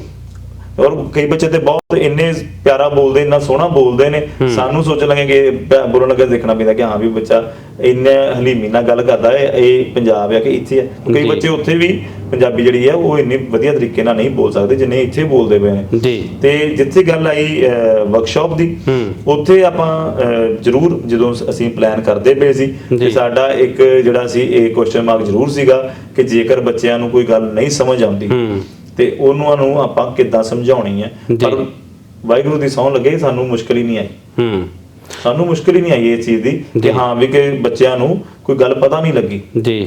ਉਹਨਾਂ ਵਾਸਤੇ ਜਿਹੜਾ ਆਡੀਓ ਵਿਜ਼ੂਅਲ ਜਿਹੜਾ ਵਿੱਚ ਇੱਕ ਸੈਸ਼ਨ ਰੱਖਿਆ ਗਿਆ ਸੀ ਡਾਂਸਿਸ ਦੀ ਵੀਡੀਓ ਦੇ ਵਾਲਾ, ਉਹ ਵੀ ਉਹਨਾਂ ਨੇ ਬਹੁਤ ਵਧੀਆ ਤਰੀਕੇ ਨਾਲ ਦੇਖਿਆ। ਜਿਹੜੇ ਜਦੋਂ ਸਟੇਜ ਦੇ ਉੱਤੋਂ ਇਨਸਟਰਕਸ਼ਨਸ ਜਿਹੜੀਆਂ ਵੀ ਆਉਂਦੀਆਂ ਸੀ ਜਾਂ ਕਿਸੇ ਡਾਂਸ ਦਾ ਇਤਿਹਾਸ ਦੱਸਿਆ ਜਾਂਦਾ ਸੀ, ਉਹ ਵੀ ਉਹਨਾਂ ਨੇ ਬੜੇ ਧਿਆਨ ਨਾਲ ਸੁਣਿਆ। ਇਹ ਸਾਰੀਆਂ ਚੀਜ਼ਾਂ ਜਿਹੜੀਆਂ ਨੇ ਇਹ ਸਿਰਫ ਸੁਰਤਾਲ ਨੇ ਤੇ ਇੱਕ ਪਲੇਟਫਾਰਮ ਦਿੱਤਾ। ਅਸਲ ਦੇ ਵਿੱਚ ਜਿਹੜਾ ਆ ਇਹ ਸਾਰਾ ਜਿਹੜੇ ਬ੍ਰਿਸਬਨ ਦੀ ਪੰਜਾਬੀ ਕਮਿਊਨਿਟੀ ਹੈ ਉਹ ਸਾਰੇ ਉਹਨਾਂ ਦਾ ਜਿਹੜਾ ਆ ਉਹ ਯੋਗਦਾਨ ਆ ਔਰ ਉਹਨਾਂ ਦੇ ਕਰਕੇ ਚੀਜ਼ ਜਿਹੜੀ ਹੈ ਇਹ ਸਿਰੇ ਚੜੀ ਹੈ। ਔਰ ਇੱਕ ਚੀਜ਼ ਤੁਸੀਂ ਉੱਥੇ ਹੀ ਸੀਗੇ, ਮੈਨੂੰ ਜਿਹੜੀ ਹੋਰ ਜ਼ਿਆਦਾ ਚੰਗੀ ਲੱਗੀ ਕਿ ਸਾਰੇ ਜਿੰਨੀਆਂ ਟੀਮਸ ਹੈਗੀਆਂ ਬ੍ਰਿਸਬਨ ਦੀਆਂ, ਜਿੰਨੇ ਅਕੈਡਮੀਆਂ ਨੇ, ਜਿੰਨੇ ਭੰਗੜਾ ਕਲੱਬ ਨੇ, ਉਹ ਉਹਨਾਂ ਵਿੱਚੋਂ ਕਈ ਮੈਨੂੰ ਜਾਣਦੇ ਸੀ, ਕਈ ਮੈਨੂੰ ਨਹੀਂ ਵੀ ਸੀ ਜਾਣਦੇ, ਪਰ ਉਹ ਸਾਰੇ ਜਾਣੇ ਇਸ ਇੱਕ ਕਾਜ਼ ਵਾਸਤੇ ਕਿ ਫੋਕ ਡਾਂਸ ਜਿਹੜਾ ਆ ਉਹ ਪ੍ਰੋਪਰ ਸਹੀ ਤਰੀਕੇ ਨਾਲ ਬੱਚਿਆਂ ਤੱਕ ਪਹੁੰਚੇ, ਉਹ ਸਾਰੇ ਜਾਣੇ ਉਸ ਸਟੇਜ ਦੇ ਉੱਤੇ ਚੜੇ, ਉਹ ਸਾਰੇ ਜਾਣੇ ਉਸ ਸਟੇਜ ਦੇ ਉੱਤੇ ਵਾਰੀ ਆਏ, ਉਹ ਸਾਰੇ ਜਾਣੇ ਨੇ ਉਸ ਵਰਕਸ਼ਾਪ ਦੇ ਵਿੱਚ ਹਾਜ਼ਰੀ ਲਵਾਈ। ਬਿਲਕੁਲ, ਮੈਂ ਉਹ ਪਰਫਾਰਮੈਂਸ ਦੇਖੀ ਸੀਗੀ ਜਦੋਂ ਜਿਹੜੇ ਸਾਰੇ ਕਲੱਬਾਂ ਵਾਲੇ ਜਿੰਨੇ ਵੀ ਉਹਨਾਂ ਤੁਸੀਂ ਇਕੱਠਿਆਂ ਹੋ ਕੇ ਜਦੋਂ ਭੰਗੜਾ ਪਾਇਆ, ਇੱਕ ਸੁਰ ਤੇ ਇੱਕ ਤਾਲ ਤੇ ਨੱਚੇ, ਤਾਂ ਮੇਰੇ ਖਿਆਲ ਉਹ ਜਿਹੜਾ ਮਾਹੌਲ ਸੀਗਾ ਉਹ ਜਿੱਦਾਂ ਕਹਿੰਦੇ ਨੇ ਇਲੈਕਟ੍ਰੀਫਾਈਂਗ ਸੀ, ਉਹ ਵਾਲਾ ਮਾਹੌਲ ਵੇਖਣਾ ਹੀ ਬਣਦਾ ਸੀ। ਪਰ ਜਿੱਦਾਂ ਤੁਸੀਂ ਗੱਲ ਕੀਤੀ ਕਿ ਜਿਹੜਾ ਮੰਤਵ ਆ ਉਹ ਵੱਡਾ ਹੁੰਦਾ ਹੈ ਤੇ ਸਾਰੇ ਬੇਸ਼ੱਕ ਨਾਮ ਵੱਖੋ ਵੱਖਰੇ ਆ ਕਲੱਬਾਂ ਦੇ, ਪਰ ਸਾਰਿਆਂ ਦਾ ਮੰਤਵ ਇੱਕ ਹੈ ਕਿ ਸਾਡੀ ਆਉਣ ਵਾਲੀ ਪੀੜ੍ਹੀ ਆ ਉਹਨੂੰ ਪੰਜਾਬ ਨਾਲ, ਪੰਜਾਬੀਅਤ ਨਾਲ, ਉਹ ਸਾਡੇ ਵਿਰਸੇ ਨਾਲ ਜੋੜਿਆ ਜਾਵੇ। ਤੇ ਖਾਸ ਕਰਕੇ ਭੰਗੜਾ ਆ ਜਿਹੜਾ ਜਿਹਦੇ ਤੋਂ ਆਪਾਂ ਗੱਲ ਅੱਗੇ ਵੀ ਕਰਕੇ ਹਟੇ ਆ ਕਿ ਉਹਦਾ ਰੂਪ ਬਦਲਦਾ ਜਾਂਦਾ, ਉਹਦਾ ਜਿਹੜਾ ਫਿਕਰ ਹੈ ਉਹ ਬਹੁਤ ਵੱਡਾ ਕਿ ਉਹ ਰੂਪ ਜਿਹੜਾ ਆ ਸਹੀ ਜਿਹੜਾ ਓਰੀਜਨਲ ਰੂਪ ਆ ਉਹ ਸਾਡੇ ਬੱਚਿਆਂ ਤੱਕ ਪਹੁੰਚੇ। ਤੇ ਬਾਈ ਜੀ ਜਿਹੜਾ ਸਮਾਂ ਆ ਉਹ ਲੰਘਦਾ ਜਾ ਰਿਹਾ ਤੇ ਮੈਂ ਅਖੀਰ ਦੇ ਵਿੱਚ ਜੇ ਕੋਈ ਤੁਸੀਂ ਸੰਦੇਸ਼ ਦੇਣਾ ਚਾਹੋ, ਜੇ ਕੋਈ ਮੈਂ ਗੱਲ ਕਹਿਣੀ ਭੁੱਲ ਗਿਆ ਹੋਵਾਂ, ਪੁੱਛਣੀ ਭੁੱਲ ਗਿਆ ਹੋਵਾਂ, ਤਾਂ ਤੁਸੀਂ ਸਾਡੇ ਦਰਸ਼ਕਾਂ ਨੂੰ ਜ਼ਰੂਰ ਕੋਈ ਸੰਦੇਸ਼ ਜ਼ਰੂਰ ਦੇ ਕੇ ਜਾਓ। ਨਹੀਂ ਜੀ, ਤੁਸੀਂ ਇੱਥੇ ਟਾਈਮ ਦਿੱਤਾ ਆ ਔਰ ਜਿਹੜੀਆਂ ਤੁਸੀਂ ਗੱਲਾਂ ਕੀਤੀਆਂ ਨੇ ਉਹ ਸਾਰੀਆਂ ਹੀ ਜ਼ਰੂਰੀ ਨੇ ਔਰ ਸਾਰੀਆਂ ਸਾਂਝੀਆਂ ਕੀਤੀਆਂ ਵੀ ਗਈਆਂ। ਬਾਕੀ ਰਹੀ ਗੱਲ ਮੈਸੇਜ ਦੇਣ ਦੀ, ਤੇ ਮੈਂ ਐਡਾ ਵੱਡਾ ਨਹੀਂ ਕਿ ਹਾਂਜੀ ਕਿ ਮੈਂ ਮੈਸੇਜ ਦੇ ਸਕਾਂ ਲੋਕਾਂ ਨੂੰ, ਤੇ ਹਰ ਕੋਈ ਪਰ ਉਸਤਾਦ ਜਿਹੜਾ ਹੁੰਦਾ ਨਾ, ਕਿਉਂਕਿ ਸਾਡੇ ਅਸੀਂ ਅਕਸਰ ਕਹਿੰਦੇ ਆ ਕਿ ਸਾਡੇ ਜਿਹੜਾ ਯੂਥ ਆ ਉਹ ਚਾਹੇ ਆਪਾਂ ਪੰਜਾਬੀ ਦੀ ਗੱਲ ਕਰੀਏ ਤਾਂ ਪੰਜਾਬੀ ਤੋਂ ਕਿਤੇ ਨਾ ਕਿਤੇ ਟੁੱਟਦੇ ਜਾ ਰਹੇ ਆ, ਪਰ ਉਹ ਜਿਹੜੀ ਡਾਇਰੈਕਸ਼ਨ ਦੇਣੀ ਆ ਉਹ ਉਸਤਾਦਾਂ ਦਾ ਕੰਮ ਹੁੰਦਾ ਆ। ਤਾਂ ਤੁਸੀਂ ਇਸ ਫੀਲਡ ਨਾਲ ਜੁੜੇ ਹੋਏ ਹੋ, ਤੁਸੀਂ ਮਤਲਬ ਬਹੁਤ ਸਾਰਾ ਜਿਹੜਾ ਆਪਣਾ ਟਾਈਮ ਆ ਉਹ ਦੇ ਰਹੇ ਹੋ ਭੰਗੜੇ ਨੂੰ, ਪੰਜਾਬੀਅਤ ਨੂੰ ਦੇ ਰਹੇ ਹੋ। ਇਸ ਕਰਕੇ ਮੈਂ ਚਾਹੁੰਦਾ ਕਿ ਤੁਸੀਂ ਕੋਈ ਨਾ ਕੋਈ ਮੈਸੇਜ ਜ਼ਰੂਰ ਸਾਡੇ ਦਰਸ਼ਕਾਂ ਨੂੰ ਦੇ ਕੇ ਜਾਓ। ਮੈਸੇਜ ਜੀ ਮੇਰੀ ਬੇਨਤੀ ਹੈ, ਫਿਰ ਮੈਸੇਜ ਤੇ ਮੈਂ ਨਹੀਂ ਦੇ ਸਕਦਾ, ਮੇਰੀ ਬੇਨਤੀ ਹੈ ਕਿ ਆਪਣੇ ਵਿਰਸੇ ਨਾਲ ਜੁੜਨ ਵਾਸਤੇ ਸਭ ਤੋਂ ਪਹਿਲਾਂ ਆਪਣੇ ਪਰਿਵਾਰ ਦੇ ਵਿੱਚ ਜਿਹੜੇ ਬਜ਼ੁਰਗਵਾਰ ਨੇ ਉਹਨਾਂ ਕੋਲ ਬੈਠਣ ਦਾ ਥੋੜਾ ਜਿਹਾ ਸਮਾਂ ਕੱਢੋ, ਆਪਣਾ ਇਤਿਹਾਸ ਪੜ੍ਹੋ। ਉਸ ਤੋਂ ਬਾਅਦ ਜਿਹੜੀਆਂ ਅਕੈਡਮੀਜ਼ ਬਣੀਆਂ ਹੋਈਆਂ ਨੇ ਜਿਹੜੀਆਂ ਲੋਕ ਨਾਚ ਨੂੰ ਪ੍ਰਮੋਟ ਕਰ ਰਹੀਆਂ ਨੇ, ਉਹਨਾਂ ਦੀ ਜੇ ਤੁਸੀਂ ਤੁਹਾਡੇ ਕੋਲ ਸਮਾਂ ਆ ਉੱਥੇ ਜਾ ਕੇ ਉਹ ਲੋਕ ਨਾਚਾਂ ਨੂੰ ਜ਼ਰੂਰ ਸਿੱਖੋ, ਤਾਂ ਕਿ ਤੁਸੀਂ ਜਦੋਂ ਕਿਤੇ ਪਰਫਾਰਮ ਕਰੋਗੇ ਬੀਇੰਗ ਅ ਪੰਜਾਬੀ, ਤੁਸੀਂ ਨੱਚਦੇ ਹੋ ਕਿਤੇ ਭੰਗੜਾ ਪਾਉਂਦੇ ਹੋ ਤੇ ਲੋਕੀ ਤੁਹਾਨੂੰ ਵੇਖ ਕੇ ਤੁਹਾਨੂੰ ਰੈਕੋਗਨਾਈਜ਼ ਕਰਨਗੇ ਔਰ ਤੁਹਾਨੂੰ ਪੁੱਛਣਗੇ। ਉੱਥੋਂ ਸਾਡਾ ਜਿਹੜਾ ਸੱਭਿਆਚਾਰ ਹੈ ਉਹ ਹੋਰ ਪ੍ਰਫੁੱਲਤ ਹੋਏਗਾ। ਆਪਣੇ ਉਸਤਾਦਾਂ ਦੀ ਕਦਰ ਕਰੋ, ਤਾਂ ਹੀ ਜਿਹੜੇ ਸਾਡੇ ਉਸਤਾਦ ਨੇ ਜਿਨ੍ਹਾਂ ਤੋਂ ਅਸੀਂ ਸਿੱਖੇ ਆ ਅਸੀਂ ਉਹਨਾਂ ਦੀ ਕਰਦੇ ਆ। ਤੁਸੀਂ ਵੀ ਜਿੰਨਾ ਕੁਝ ਸਿੱਖਦੇ ਪਏ ਉਹਨਾਂ ਦੀ ਕਦਰ ਕਰੋ, ਉਹਨਾਂ ਦੇ ਆਖੇ ਲੱਗੋ। ਇਹਦੇ ਨਾਲ ਹੀ ਤੁਹਾਡਾ ਔਰ ਸਾਡੇ ਦੋਵਾਂ ਦਾ ਨਾਲ ਰਲ ਕੇ ਸਾਡੇ ਸੱਭਿਆਚਾਰ ਦਾ ਫਾਇਦਾ।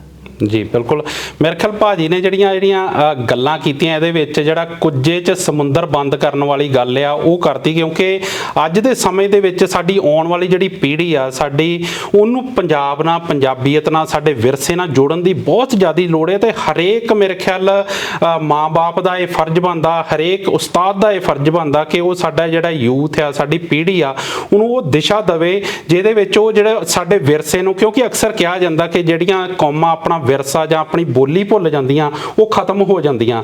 ਤੇ ਪੰਜਾਬ ਜਿਹੜਾ ਹੈ ਉਹ ਵਸਦਾ ਗੁਰਾਂ ਦੇ ਨਾਂ ਤੇ, ਇਸ ਕਰਕੇ ਪੰਜਾਬ ਚੜ੍ਹਦੀ ਕਲਾ 'ਚ ਰਹਿਣ ਵਾਲਾ ਕਿੱਤਾ ਆ, ਉਹ ਪੰਜਾਬੀ ਕਦੀ ਵੀ ਖਤਮ ਨਹੀਂ ਹੋ ਸਕਦੇ। ਪਰ ਕਿਤੇ ਨਾ ਕਿਤੇ ਸਾਨੂੰ ਲੋੜ ਹੈ ਆਪਣੇ ਬੱਚਿਆਂ ਤੇ ਕੰਮ ਕਰਨ ਦੀ। ਤੇ ਬਾਈ ਜੀ ਹੁਣਾਂ ਨੇ ਬਹੁਤ ਸੋਹਣਾ ਸੰਦੇਸ਼ ਦਿੱਤਾ ਹੈ ਤੇ ਮੈਨੂੰ ਉਮੀਦ ਹੈ ਕਿ ਤੁਹਾਨੂੰ ਇਸ ਇੰਟਰਵਿਊ ਦੇ ਵਿੱਚੋਂ, ਇਸ ਖੁੱਲੀ ਵਿਚਾਰ ਚਰਚਾ ਦੇ ਵਿੱਚੋਂ ਬਹੁਤ ਕੁਝ ਸਿੱਖਣ ਨੂੰ ਮਿਲਿਆ ਹੋਊਗਾ।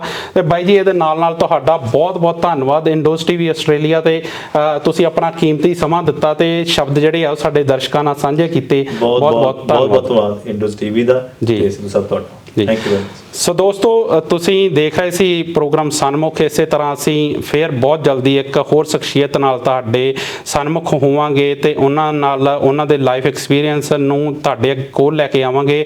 ਤੁਹਾਨੂੰ ਇਹ ਪ੍ਰੋਗਰਾਮ ਕਿੱਦਾਂ ਦਾ ਲੱਗਾ ਉਹਦੀ ਫੀਡਬੈਕ ਸਾਡੇ ਤੱਕ ਜ਼ਰੂਰ ਪਹੁੰਚਾਇਓ। ਜੇ ਕੋਈ ਕਮੀ ਲੱਗੀ ਉਹ ਵੀ ਜ਼ਰੂਰ ਦੱਸਿਓ। ਤੁਸੀਂ ਦੇਖ ਰਹੇ ਰਹੋ ਇੰਡੋਜ਼ ਟੀਵੀ ਆਸਟ੍ਰੇਲੀਆ ਤੇ ਤਦ ਤੱਕ ਮੈਨੂੰ ਗੁਰਦੇਵ ਸਿੰਘ ਸਿੱਧੂ ਨੂੰ ਦਿਓ ਇਜਾਜ਼ਤ। ਮਿਲਦੇ ਹਾਂ ਅਗਲੀ ਵਾਰ। ਪਿਆਰ ਭਰੀ ਸਤਿ ਸ਼੍ਰੀ ਅਕਾਲ।